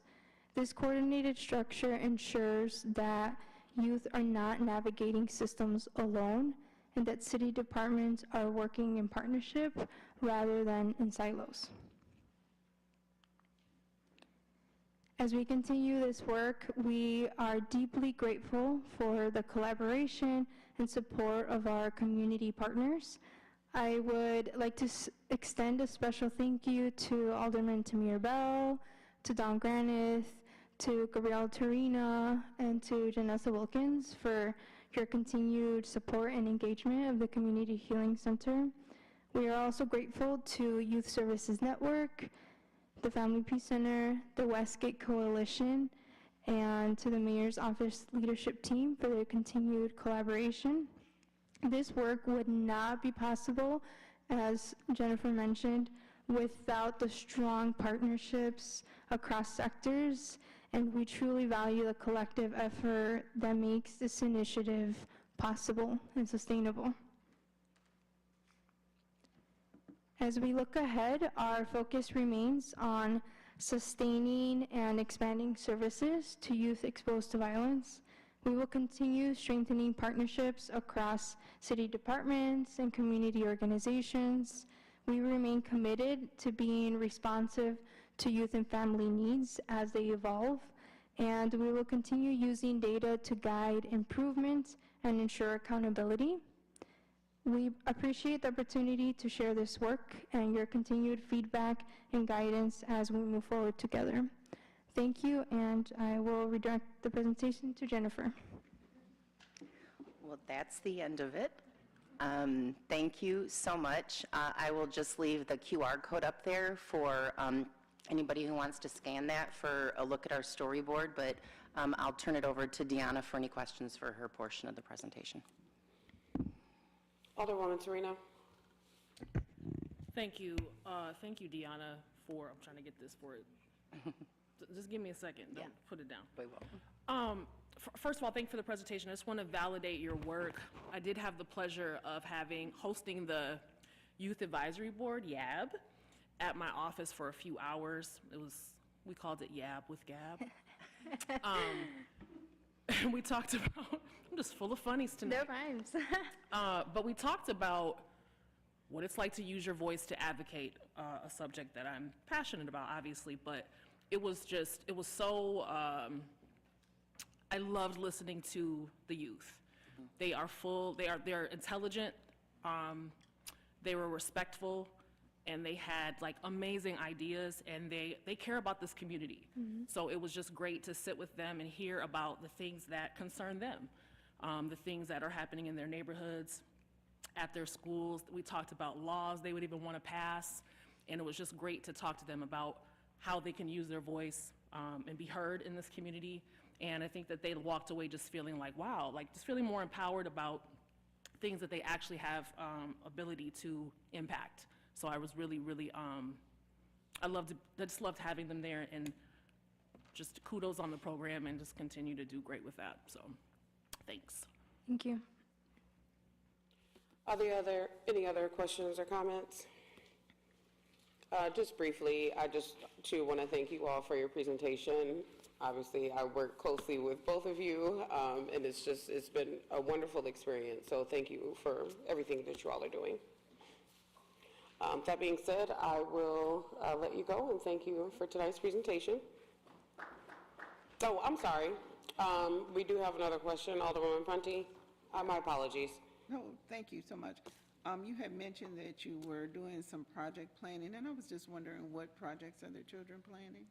Yeah, the Youth Advocacy Board is currently working on a presentation We have a meeting actually this Friday, and we'll have some community members that will join and be part of the panel. But they are going to present on an issue that they care about that is here in Rockford, and they are divided into teams, and they have to do their own research, and we gave them pointers to where they could get research, and some of you all are part of that research. But they are to present that project and then think of the next steps and how to take action to making that solution, to implement it and put it in place. Thank you. Alderwoman Hoffman? Thank you. I just really want to commend you for maybe preventing the next generation of abused women, teaching girls right from the beginning. That's the most amazing part. I mean, I know what you do with the women that are already victims, but maybe if we can stop them from being victims, that would just be so great. Thank you. It would be greater if we could stop men from using abuse. Yeah. Yes. Yeah. Thank you. Thank you for that. I just want to take the opportunity to highlight that the reason this violence exists is because people continue to use it as an option. And primarily that's all due respect to the men in the room, men. And so I just want to take that opportunity to say that. Thank you. Thank you all so much. Alderman Bill. Thank you, Chairwoman. First, obviously, thank you for all of your hard work. It's been an amazing opportunity for me to be a part of just some of the great work that you guys are doing at Washington Park, at the Irving Strong House, at the Boys and Girls Club. Know that you have a supporter in me. Obviously, like you do, call on me when you need me. But when it comes to the sustainability of this initiative, I believe that consistency is important, especially with the individuals that you are engaging with on a daily basis. For either one of you, whoever wants to answer, what does sustainability look like when it comes to a funding, from a funding standpoint? We have every opportunity in the world to renew this grant. We knew when we got it, we were only one of 7 in the country, and we knew we had an opportunity for at least 3 more years, and then the federal government fell apart. We have a pending federal grant application that's been pending since. It was supposed to start if we would have been awarded it in October. And so we are losing hope that the federal government will reconvene about funding this position or this particular program. And so we are turning very aggressively towards state funds. We actually were just in meetings with Comprehensive Community Solutions about working with them on a $1 million grant through the R3 program through the state of Illinois, where they would get funded for part of their, I think their Alpha program is what they were going to use it for, and then fund the continuation of this. And then we found out that CCS can't apply for it because they're already receiving different funds from the state that makes them ineligible. And if we apply for it and let them be a pass-through, because we're a city, they look at our budget and we can only get $100,000 for a year, which isn't going to supply much. We have found another grant that we are working on right now. Deanna and her team are working right now. And by the way, just really kudos to Deanna and the entire team there. This is a team that looked at a grant and said, we're not going to just let what lives on this paper be all we do. They have at every single corner come to me and said, can we do more, can we do more, can we do more? So it should be funded. And so we're looking right now, Alderman Bell, at state grants to grasp that continuation funding, and that's what we're going to keep turning to. I'm hopeful because this is in line with everything the state is doing. This is violence prevention, and we have data, and we have outcomes to show it, and a lot of municipalities don't. So that's our plan right now. And you mentioned October of 25? Yeah, that's when it should have started. Okay, so meaning we're right now not funded. We are funded because we took a shot. We had another year of funding, but when it opened early, we took a shot. And so nobody has heard anything from that, yeah. So right now you have funding up until when? Up until September 30th of this year. We're currently in our project extension period. We already went through our 3 years of the project period, and we applied for an extension, and were awarded that extension, but it only goes until September 30th of this year. Gotcha. We'd love to get an update closer to that time. I would be fully in support of figuring out a way to fund at least the last 3 months of this year internally from the city of Rockford to continue this awesome programming. Thank you. Oh, you'll get an email. Trust me. Are there any other questions or comments? Right, thank you. Thank you.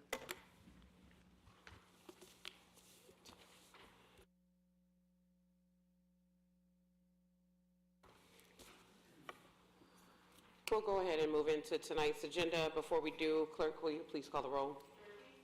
Here. Here. Here. Here.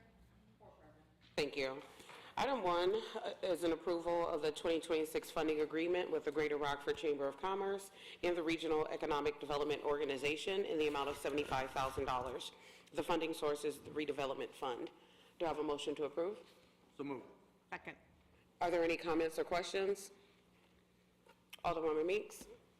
My question is more from the Finance Department related to the redevelopment fund. I am wondering how much money we have in the redevelopment fund and if this will keep us at that negative balance we discussed several weeks ago.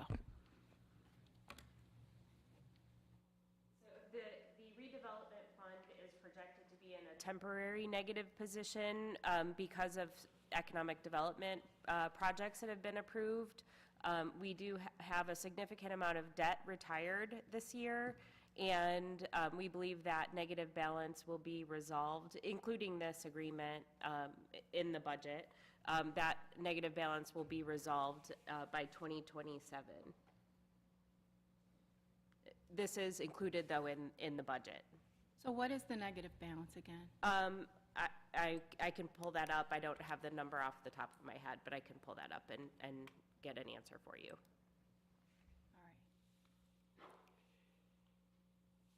While she does that, Ms. Angela, did you have anything that you wanted to add into context to this? Really appreciate your consideration of this. Funding from municipal partners and government is a common funding way for economic development work. It's something that we have been slow back to the table since our merger, and we feel like we're more investable than ever now that we've created an economic development roadmap, hired the staff, and have our policies and procedures together to really start to move the needle in marketing the region to targeted industries, doing business retention visits, and breathing more life into the business community here.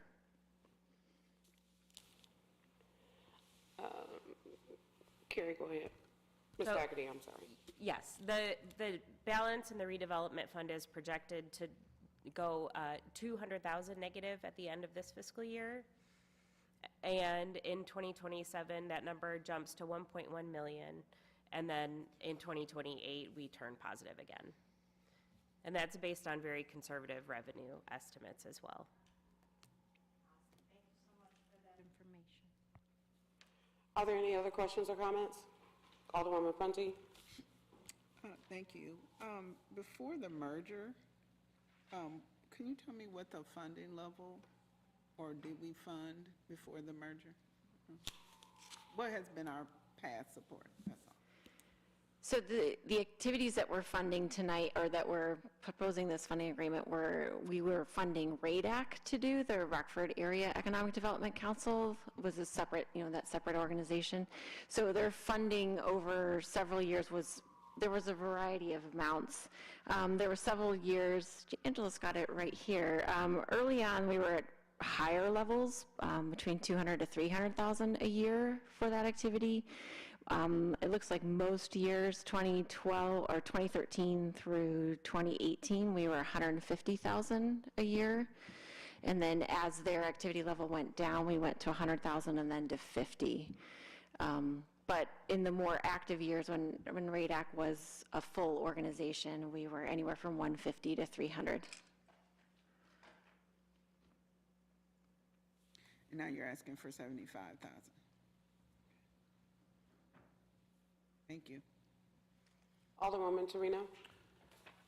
Thank you, Madam Chair, for allowing me to speak on your committee. Unbeknownst to me, I did not know that this item was going to be coming forward, but I did happen to have a meeting on the calendar with the chamber. So I did meet with Ms. Larson and 2 other members of her staff. And quite frankly, I felt really more confident about giving them this money for a lot of different reasons. We clearly see there was new leadership, a rebrand, new staff. They're putting a lot of effort into their marketing. We have comprehensive plans. I'm seeing more events in the community. It just seems like there's a new energy that has been happening at the chamber, and I really like to see that. So I will be giving support to this item, but I did just want to say that because I think we all had questions, because we haven't given money in a while, and there was just questions about, you know, is this in alignment with, well, for me, I want to be giving money now to organizations that I feel are in alignment with where the city is trying to go, and certainly economic development is very important to me and my ward, and to the city overall. So I definitely will be supporting this when this comes to council. Thank you. Thank you. Yeah, I would, thank you, Madam Chairman.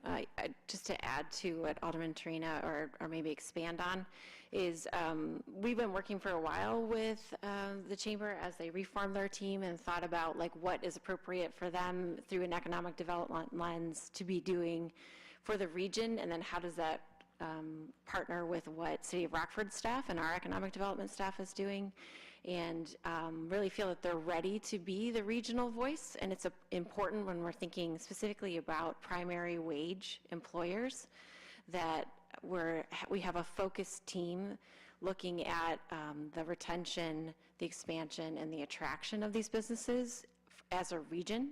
We have more strength with those larger employers if we're looking at our full employment base, with our full education base, all of those sorts of parts of the conversation, having a regional partner advocating and getting those, you know, it's bids for, they're called RFIs, where they're putting them in to try and attract things with the state partners that we have, and using that full scope of, again, the full MSA or the full region really makes a difference. And then our staff, the City of Rockford staff, we're reforming and making sure we're aligned to support them in all the work that they're doing, to make sure if they bring, like they did about a month ago, brought a company in that was looking at several sites, 2 in Iowa, 2 in Illinois, that we're available to help them do that marketing day and visit that company and try and really sell Rockford to them specifically. And then, but we can also then focus our team on implementing the incentive tools, like thinking about where our TIF dollars are going, thinking about our corridors and the corridor improvement program we did for small businesses, or the TIF 50/50s. We're really doing implementation and thinking and meeting with and really zeroing in on Rockford, so they can take that larger lens and really work with the state to bring them in, and we're really actively alongside them, but the strong voice for Rockford in all of it. So we really feel like this agreement allows us to, amplifies both our works at the same time, and we feel really ready to work and partner with the chamber on that. Alderman Bell. Thank you for allowing me to speak on your committee. I too had the opportunity to meet with the chamber last week. Amazing meeting, answering a bunch of questions as it relates to where you guys are headed as an organization. I forget, I need to ask this question for all of us, but also for me to better understand. So what other regional municipalities are you engaging with for funding? Can you share that breakdown? Because I believe in our conversation we are not the largest ask. Correct. Tomorrow we're meeting with the county. We've met with McChesney Park, and we will be meeting with Loves Park to start, but our plan involves all the municipalities in the county. to do funding requests. Thank you. And Alderwoman Meeks? So much. And so I wanted to know, there was a kind of mention of the site readiness reporting, and so how will that look? I remember with RAEDC, they used to have a website and they'd post all their stuff on the website. Is that the direction that you plan on going? Is this something we can hold in our hands and take a look at? I just kind of want to get an idea of how that site readiness process will work, because I know how important that is. Yes. Prepared before the developers come. You Right. know, so. So we partner really closely with R1 Planning Council on the infrastructure part of having a site ready. But then when it is ready to market, right now you can go to rockfordchamber.com under our economic development section and see some of the sites that are currently available for marketing. We have an entire database behind that as well, and meet with R1 monthly to take a look at the sites that are out there, what work's being done on them, and moving more things ready to be marketed. Do you see that growth happening right now from your perspective, more sites being readied here in this community? We hope so. Yes, I mean, there's right now, we've got a lot of sites, whether it be brownfield or greenfield, and it's really doing the marketing to generate those leads and get interested companies in here, as well as the ones that are already here. That's our best bet. The companies that are already here, helping them expand. Well, I just, just from my little bit of experience at our AEDC, I know how important this work is. This is something that I feel like I've been beaten, into the heads of people with the city, that we need this representation for our city, whoever's going to do it. I never really cared who was going to do it, but I'm really happy that you guys are doing this work, because it's extremely important and necessary. So thank you so much. Alderman Beach? Thank you, Madam Chairman, for letting me speak again. So is there a difference between site ready and shovel ready? That's a great question. Do you have an answer to that? Yes and no. Yes. So site ready for a developer to consider, we'd want to make sure that we know our answers for their key questions. So they're going to ask us about power to the site, they're going to ask us about other utilities, they're going to look at the traffic patterns around and what traffic they could bring or not.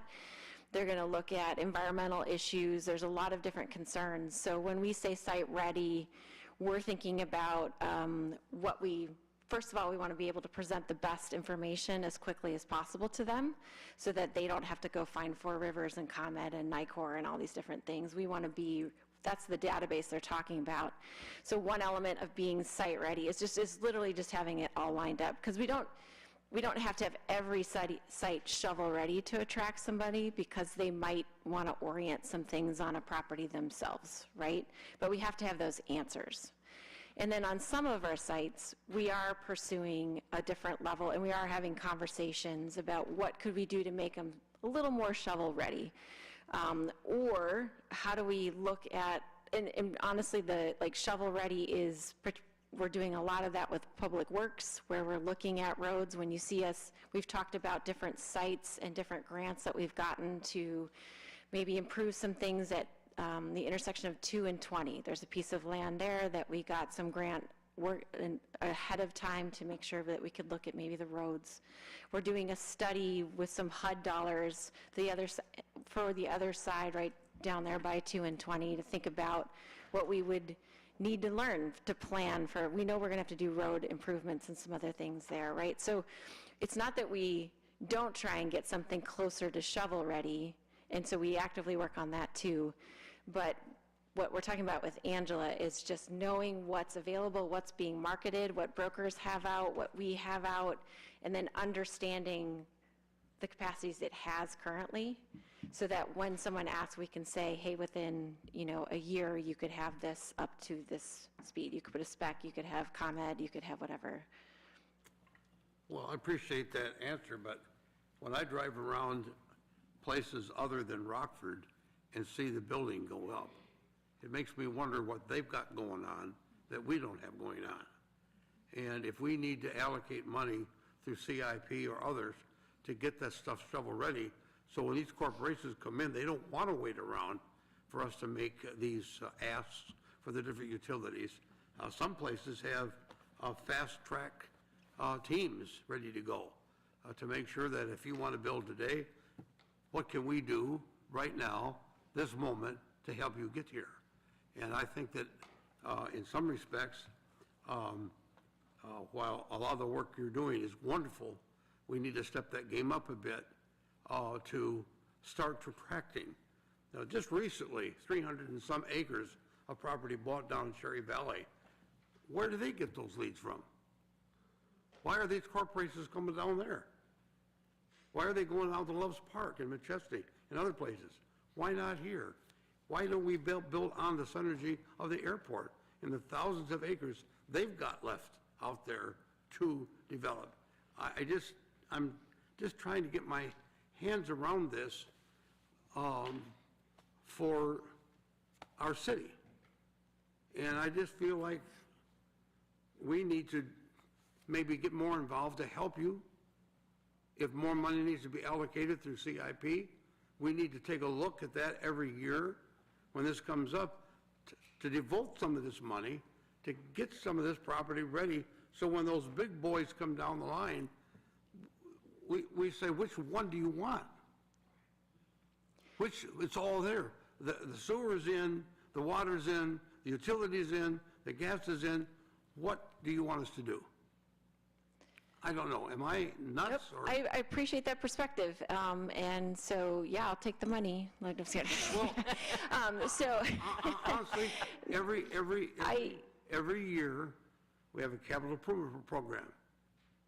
And I don't recall, and that does a great job for us. There's no question. I'm not being critical, while I am in some way saying, do we need to rethink the way we allocate what precious resources we have to attract those large companies to come into Rockford for jobs, growth, and the reduction of property taxes for our people? So I would, so I appreciate the perspective, and I'm glad that you want to be aggressive about it. I feel the same way. So thank you for that. And what I'd say is, first of all, like, you have been planning towards this. It's a slow build because we're a bigger city than all of the areas you mentioned around us. We have a lot more that we deal with. We just have more people, we have more traffic, we have everything. So you have been approving CIP projects that are contributing towards the build, towards getting what we need here in Rockford for primary wage. When you're looking at the big corridor improvements that you have been doing, and then you've approved water wells, you've approved different things for our water main extensions. Like, water's a huge part of development. And I've learned more than I ever thought I would about what needs to be looped and that kind of thing, right? Like, the amount of money that we have been putting into our major, I'm using the wrong terminology, but like our major roads, like, you have been putting a lot of prep into this. So I want to make sure that you know you have.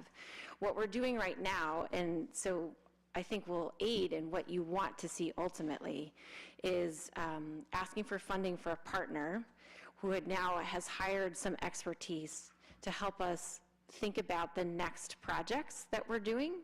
Like, they are going to be they're going to amplify our voice with these conversations and these types of employers to be giving us even more information about where companies could move into Rockford.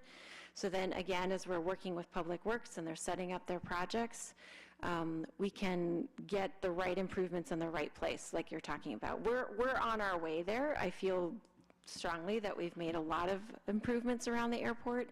It's pretty ripe and ready for development. And again, take credit. You have been spending money. It's just a longer build with a bigger city like Rockford. So we're getting there. And this partnership's going to help us, again, strategically plan the next 1 to 5 years of those kinds of investments. So we get there. Thank you. Alderman Durkee. Thank you, Madam Chair. I just have a quick question. We get rejected by companies that you actively seek and market to. Do we collect data as to why? Do we do an exit, in a sense, an exit interview? And they basically said this is why we didn't do it. Do we have that as a data set? For the visits that we've been part of, yes, we absolutely do. We do it, so there's Illinois Economic Development Council, it used to be called Intersect Illinois. That's part of who funnels some things. We'll have a debriefing call with them after. It really varies on the ask. I can tell you we need buildings ready with higher ceilings. So when we go out with buildings that we have empty, the ceilings are not often high enough for the cranes, right? So we collect information such as that, and we think about that. We did some driving around, honestly, to some old industrial buildings on Friday to look and see if there's some that potentially have that kind of ceiling height. How could we save it, and what could we do? How could we get it ready, to Alderman Beach's point? Like, then what are the steps to get there? So that's a very specific example, but I'm just giving you, like, yes, we do collect that, and it will be part of what we're working on with Angela's team. So that would be, in a sense, it's a qualitative data set, but you could still use it to be measurable. So that's not then, apparently that's not organized. It's just a piecemeal, bit by bit. So have we moved into something more quantitative that's in a sense measurable? And if that has happened, is there a synopsis? What are the top 3 reasons people reject Rockford? So we track all the projects in the region so that we can see, what we bid on, what we won, what we lost. There hasn't been a lot of activity in the past few years, so there isn't a track record, but we do have that database. We are capturing that information. So hopefully a year from now, 2 years from now, we'll be able to share those themes.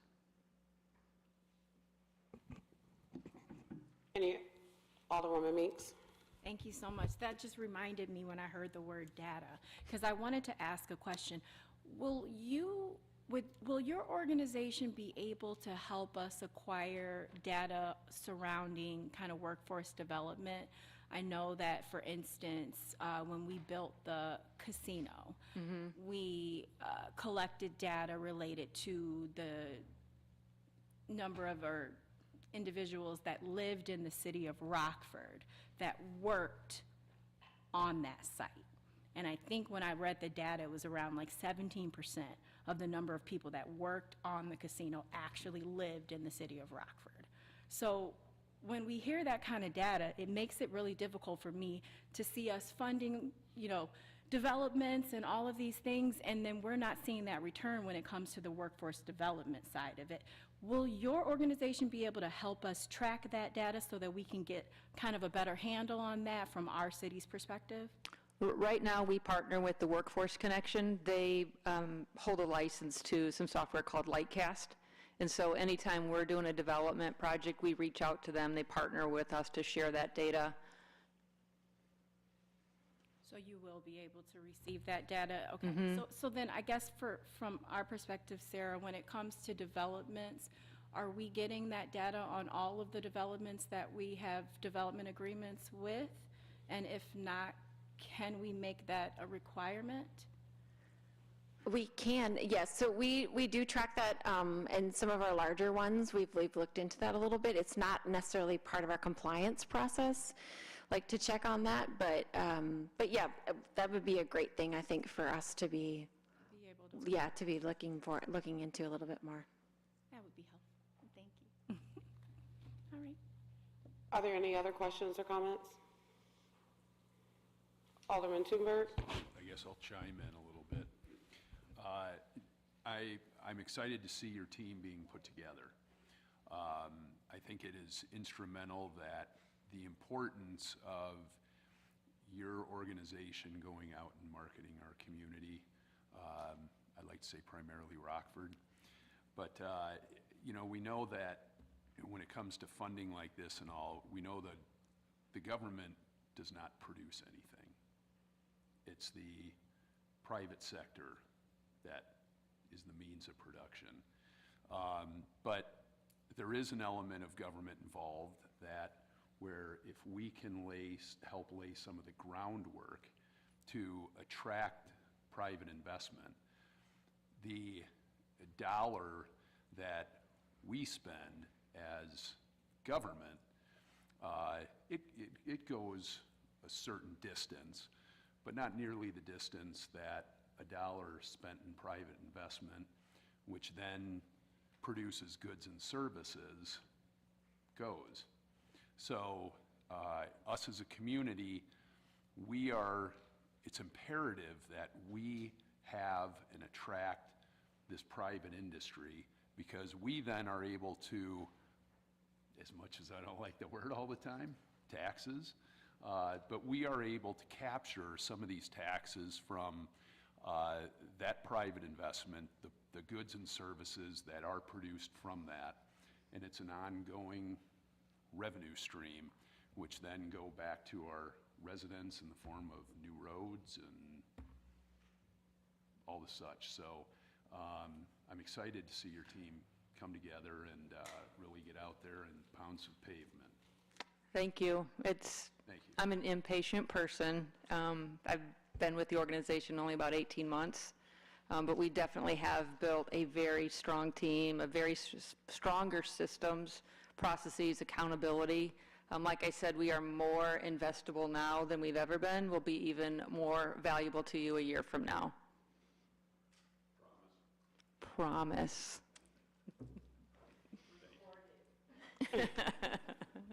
Are there any other questions or comments? Clerk, will you please call the roll? Aye. Aye. Aye. Thank you. Thank you. We have one item under resolution. Item 1 is a resolution calling for a public hearing and convening a joint review board in connection with the new South Rockford Industrial Tax Increment Financing District. Do I have a motion to approve? So moved. Second. Are there any questions or comments? Clerk, will you please call the roll? Aye. Aye. Aye. Thank you. Item passes. Do I have a motion to adjourn? Second. Are there any questions or comments? All those in favor say aye. Aye. Aye. Any opposed, same sign. This meeting is adjourned.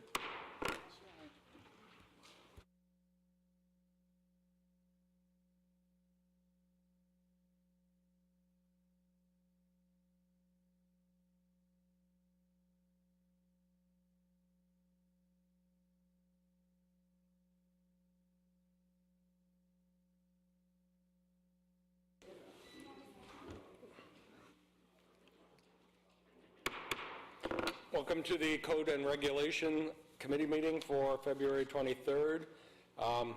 We have some ground to make up, and we have 4 items under committee reports. Clerk, could you please call the roll? Ground to make up.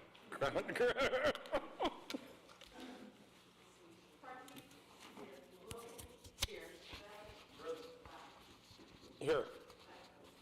Thank you. Item 1 is plat number 5 of Perryville Promenade subdivision. Is there a motion to approve? Are there any questions or comments on item 1? Alderman Bell. Hold on one second. There.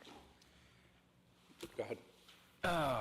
So last time we talked about, I believe it was the last time we talked about gaming terminals, there was a number associated with that in the agreement with the casino. I'm sorry, Alderman Bell, I think you're on item 2. Oh, I am. I'm jumping ahead. That's right. We are trying to make up ground, but not that fast. Sorry. I'll yield back to you, Chairman. Okay. Were there any questions on or comments on item 1, Perryville Promenade? Seeing none, all those in favor, please signify by saying aye. Aye. Any opposed? Motion carries. Item 2, 2525 Auburn Street Liquor and Tobacco Advisory board recommends approval for the sale of liquor by the drink Class L50 in conjunction with the restaurant and video gaming terminals in a C3 General Commercial Zoning District at 2525 Auburn Street. Colleen Therese Kowalski, Michelle Kynes, Euro House and More Incorporated, doing business as Euro House, are the applicants. Is there a motion to approve? Are there any questions or comments on item 2? Alderman Bell. Thank you. So I believe the last time we talked about gaming terminals, there was a number associated with or discussed about the city's ability to issue past a certain number. Can you remind me of that number, please? There's How many terminals? there's a cap at 600 terminals for the city per the host agreement with Hard Rock. And how many are we currently at? Jake? Attorney Rubin? Yes. So we currently have, Alderman, 579 authorized within the city. So this request is for 5 additional. Thank you. Sir. Alderwoman Turina. Thank you, Chair.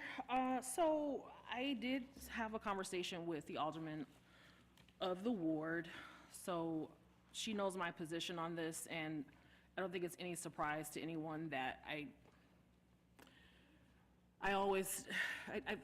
really don't love the machines in general, but when we add liquor and gaming to what I already feel is a vulnerable community, I just think that this adds to the cumulative negative effect of, again, adding liquor and gaming to communities, especially when this is like, it's essentially a fast food place that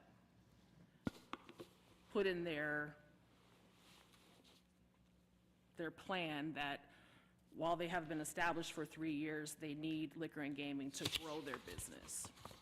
And so I don't agree with that. So I will not be supporting this. I just wanted to go on record as saying so. Thank you very much. Thank you. Mr. Capovilla, I'm wondering if you can, it's my understanding that we have previously approved VGTs at this location, but that the applicant actually never pulled those, and that this is sort of a reapplication of something that we've already approved, but I don't know if did it time out or something? So, Mr. Chair, it was 4.5 years ago, it was approved for liquor and gaming. My understanding is they did take the liquor license, but then they forfeited it in 2024. So now this new person has purchased this, and they're partnering with this owner who also has 3 other, taverns and bar restaurants in town. So do we know why they forfeited those? No, we do not. And was it the same? Did this location previously have the same number as what's? They were originally approved for that many, yes. Yeah. Okay. All right. Thank you. Are there any other questions or comments on item 2? Alderwoman Wilkins. I was just pulling my mic down. We can continue. Pardon me? I was pulling my mic down Oh, so you can see me? so I can answer the roll call. No question or comment? No questions or comments. Alderman Bell. Thank you. Just curious, is there a required square footage for X number amount of gaming terminals that we are able to issue? Like, I mean, what footprint does a business need to be in order for us to consider? What's the criteria for that? We don't have a limit on the square footage. If they can fit the machines in and we authorize them, then, as long as they can meet the state criteria, I think areas have to be roped off or sectioned off in some sort, then there's no issues. Thank you. Any other questions or comments on item 2? Alderwoman Prunty. Do you, when you are Sorry. when we're approving these, that's okay. Nothing. Forget it. Thank you. I'm sorry, no question? No question. Okay. Thank you. All right. Are there any further discussion on this item? Seeing none, clerk, could you please call the roll? Torino?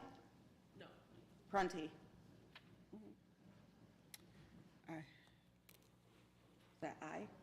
It is. Wilkins? Aye. Bell? Bonnie? Aye. 4 ayes, 1 no. Motion carries. Item 3, the applicant has requested that we hold this item over. So that brings us to item 4. Oh, I'm sorry, is that not correct? So the applicant has requested a 30-day layover. So being that it's just not being held out. With the consent of the committee, it would be appropriate for a motion to lay it over for 30 days, a second, and majority vote if that's acceptable with the The committee. 30-day layover, okay, I'm sorry. Yes, okay, so item 3 is 609 Kilburn Avenue, Zoning Board of Appeals recommends denial for a special use permit for planned use development consisting of a ground mount solar array within the existing parking lot, and B, a variation to allow a chain link fence within the front yard along Acorn Street, and C, variation to increase the fence height from 4 feet to 6 feet within the front yard along Acorn Street in an R2 two-family residential zoning district at 602 Kilburn Avenue. GreenLink Solar Solutions for the Boys and Girls Club of Rockford are the applicants. Is there a motion to approve? Any questions or comments? Alderman Bell. Chairman, I'd like to make a motion to lay this item over for 30 days. Okay. Any discussion on this motion?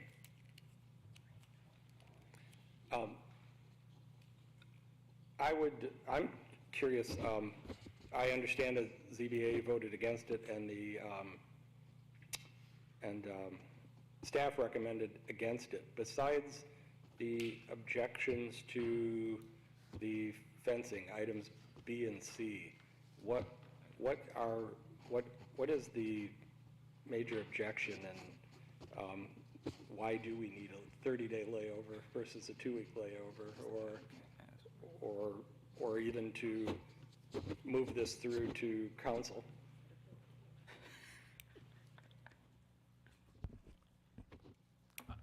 Chairman, I'm happy to answer the question. Sure.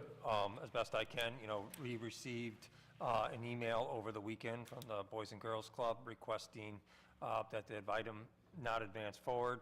I had conversations with Alderman Bell earlier today, understanding that this is a zoning item that went through a public notification process, and that they wanted some time to evaluate the concerns that were raised. We had discussed the 30-day layover, which staff supports. But there was a notification. There was notification done, correct? Correct. All right. And it's concerns raised by that notification? No concerns on the notification. No. The current concerns that came out through the notification process. The applicant notified myself and others via email requesting the item not to advance forward tonight. I followed up with Alderman Bell. We discussed a 30-day layover as a result of the request from Boys and Girls Club, and on a staff level, we felt it was appropriate, understanding they wanted the opportunity to evaluate the concerns that were raised by staff and the ZBAs to see if they could address them. So still, what are those concerns besides the fencing issue? I don't know the full situation in its entirety because I wasn't at the Zoning Board of Appeals meeting, but there was concerns raised related to the chain link fence as well as the freestanding solar in the parking lot.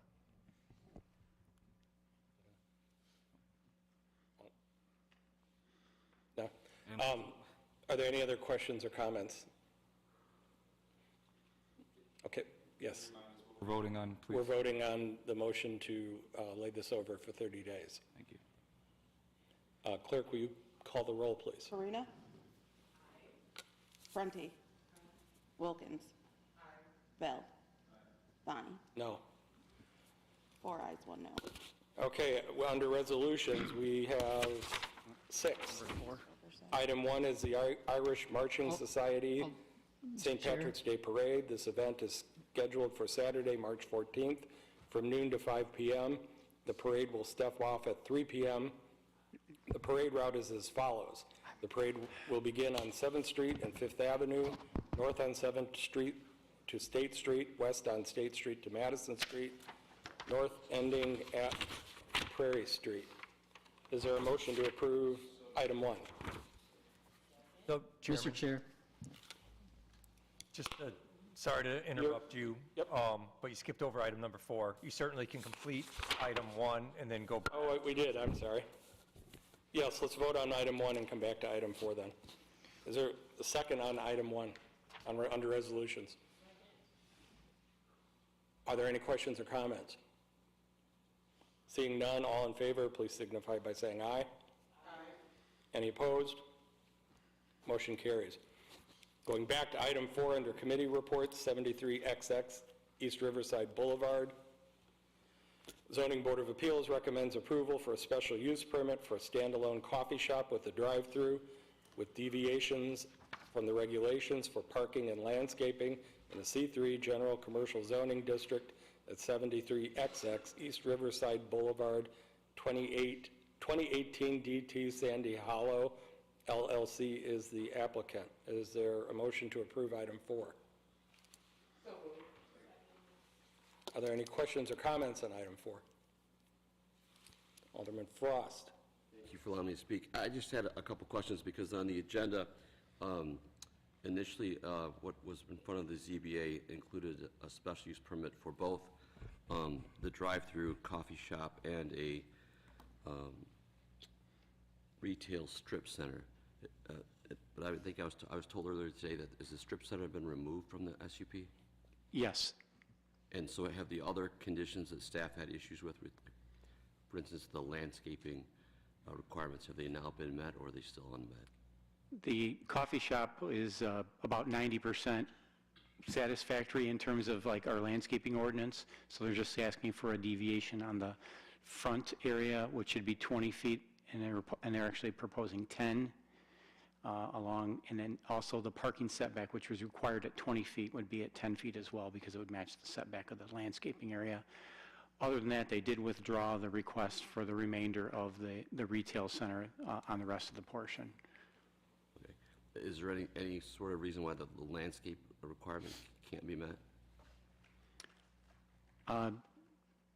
They wanted to have that correlate to the development that they were proposing to the east of the coffee shop. Because if they would have put in 20-foot perimeter landscaping up on Riverside, then that would have offset the corresponding drive aisles between the two lots that they're proposing on this property. So. All right, thank you. Are there any other questions or comments? Alderwoman Prunty. So I think I read that too, and I was a little, so are you saying now that both staff and the board are for this? We're for the amended application. The applicant amended this on the floor of the ZBA. So it was advertised as a special use for a planned unit development for the coffee shop. In addition to that, they were asking for a retail center next to it. They've taken that off the board and they're just asking for the special use permit for the coffee shop now. So that's the only thing that we're voting on this evening. Under the staff's report, it's Exhibit F, I believe.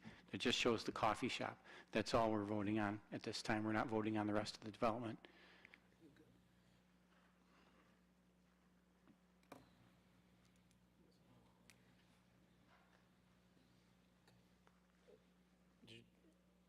Do you have any further question, Alderwoman Prunty?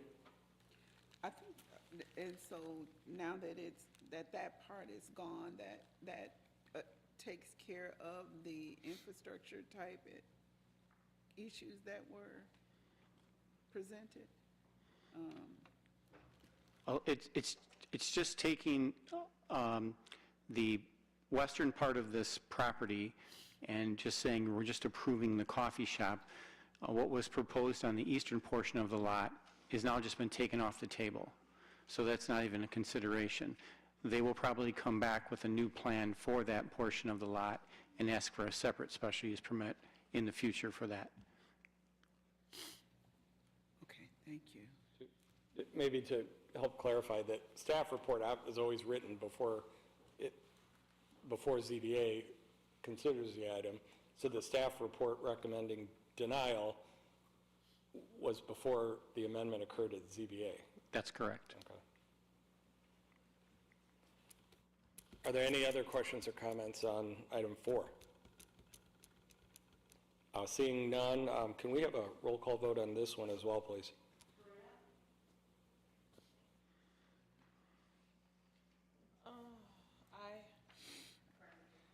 Aye.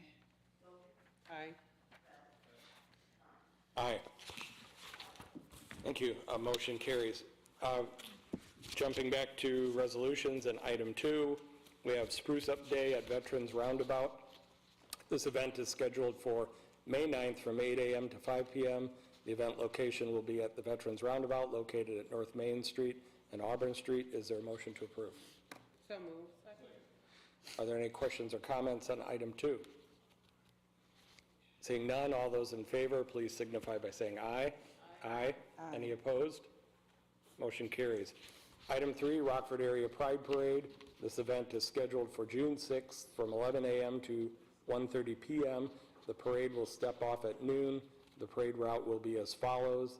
The parade will begin at East State Street and 6th Street, west on State Street to Wyman Street. Are there any questions or comments on item 3? Motion to approve. All those in favor signify by saying aye. Aye. Any opposed? Motion carries. Item 4, Lifescape Classic July 4th Run Walk. This event is scheduled for July 4th from 6 a.m. to 11 a.m. The run walk will begin and end on North Water Street in front of the Riverview Ice House, Madison Street to the Recreation Path, to Illinois Street and back. Is there a motion to approve item 4? I'm sorry, I heard a second. Was it motion? Okay, thank you. All those in favor signify by saying aye. Aye. Any opposed? Motion carries. Item 5, 4th of July celebration. This event is scheduled to take place on July 4th from 4 p.m. to 10 p.m. The parade will begin at 4:45 p.m. and the fireworks display at 9:30 p.m. Parade route will be as follows: 7th Street and 2nd Avenue, ending at State and Church Street. Is there a motion to approve item 4? Any questions or comments? Seeing none, all those in favor signify by saying aye. Aye. Any opposed? Motion carries. And item 6 is one table and open air dining experience. This event is scheduled for August 29th from 6 p.m. to 10 p.m. The event location will be on Water Street from Market Street to Lower Jefferson Street Bridge. Is there a motion to approve? So moved. Are there any questions or comments on item 6? Seeing none, all those in favor signify by saying aye. Aye. Any opposed? Motion carries. Is there a motion to adjourn? So moved. Second. All those in favor signify by saying aye. Aye. Any opposed? Motion carries. Meeting is adjourned.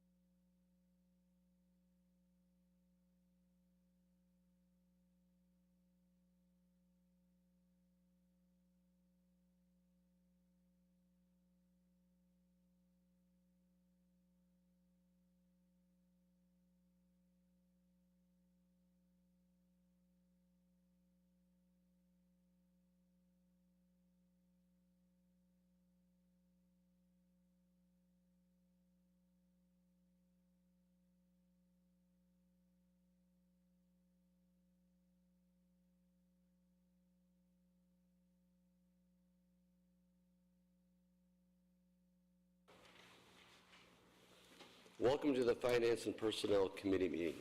Sir Clerk, can you please take roll? Here.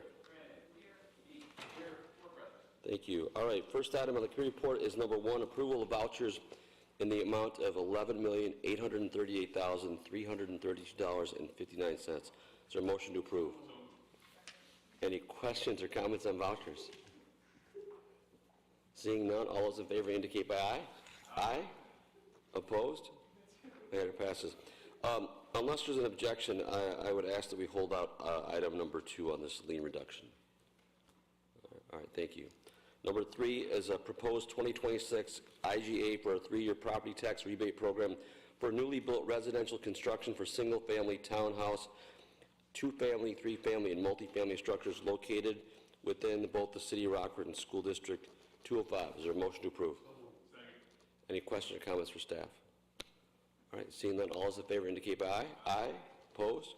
Matter passes. Moving on to resolutions. Item 1 is proposed resolution to waive building plan review, building permit, building inspection, and water connection service fees for new residential construction structures on vacant land and lots throughout the city. Is there a motion to approve?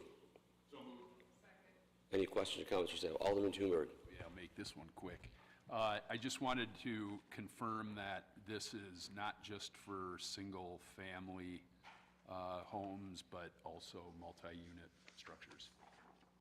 Thank you. Would like to answer that. Mr. Cagnoni? That is correct, Chairman. All right. It's correct. All right. Any other questions? Seeing none, all those in favor indicate by aye. Aye. Opposed? Matter passes. Item 2 is award of construction engineering agreement for various projects citywide to Willette Hoffman in the amount of $244,868.68. The contract duration is through November 30, 2026, and the funding source is 1% infrastructure sales tax. Is there a motion to approve the award? Second. Any questions or comments for staff? Seeing none, all those in favor indicate by aye. Aye. Opposed? All right, thank you. Thank you, Mr. Mattson. Number 3 is approval and acceptance of the Homeless System Capacity Expansion Pilot Program Grant from IDHS, Family and Community Services, provided to approve the local continuum of care in the amount of $85,522. The grant does not require a cost match. The grant term is from November 1, 2025 to October 31, 2026. Is there a motion to approve? Second.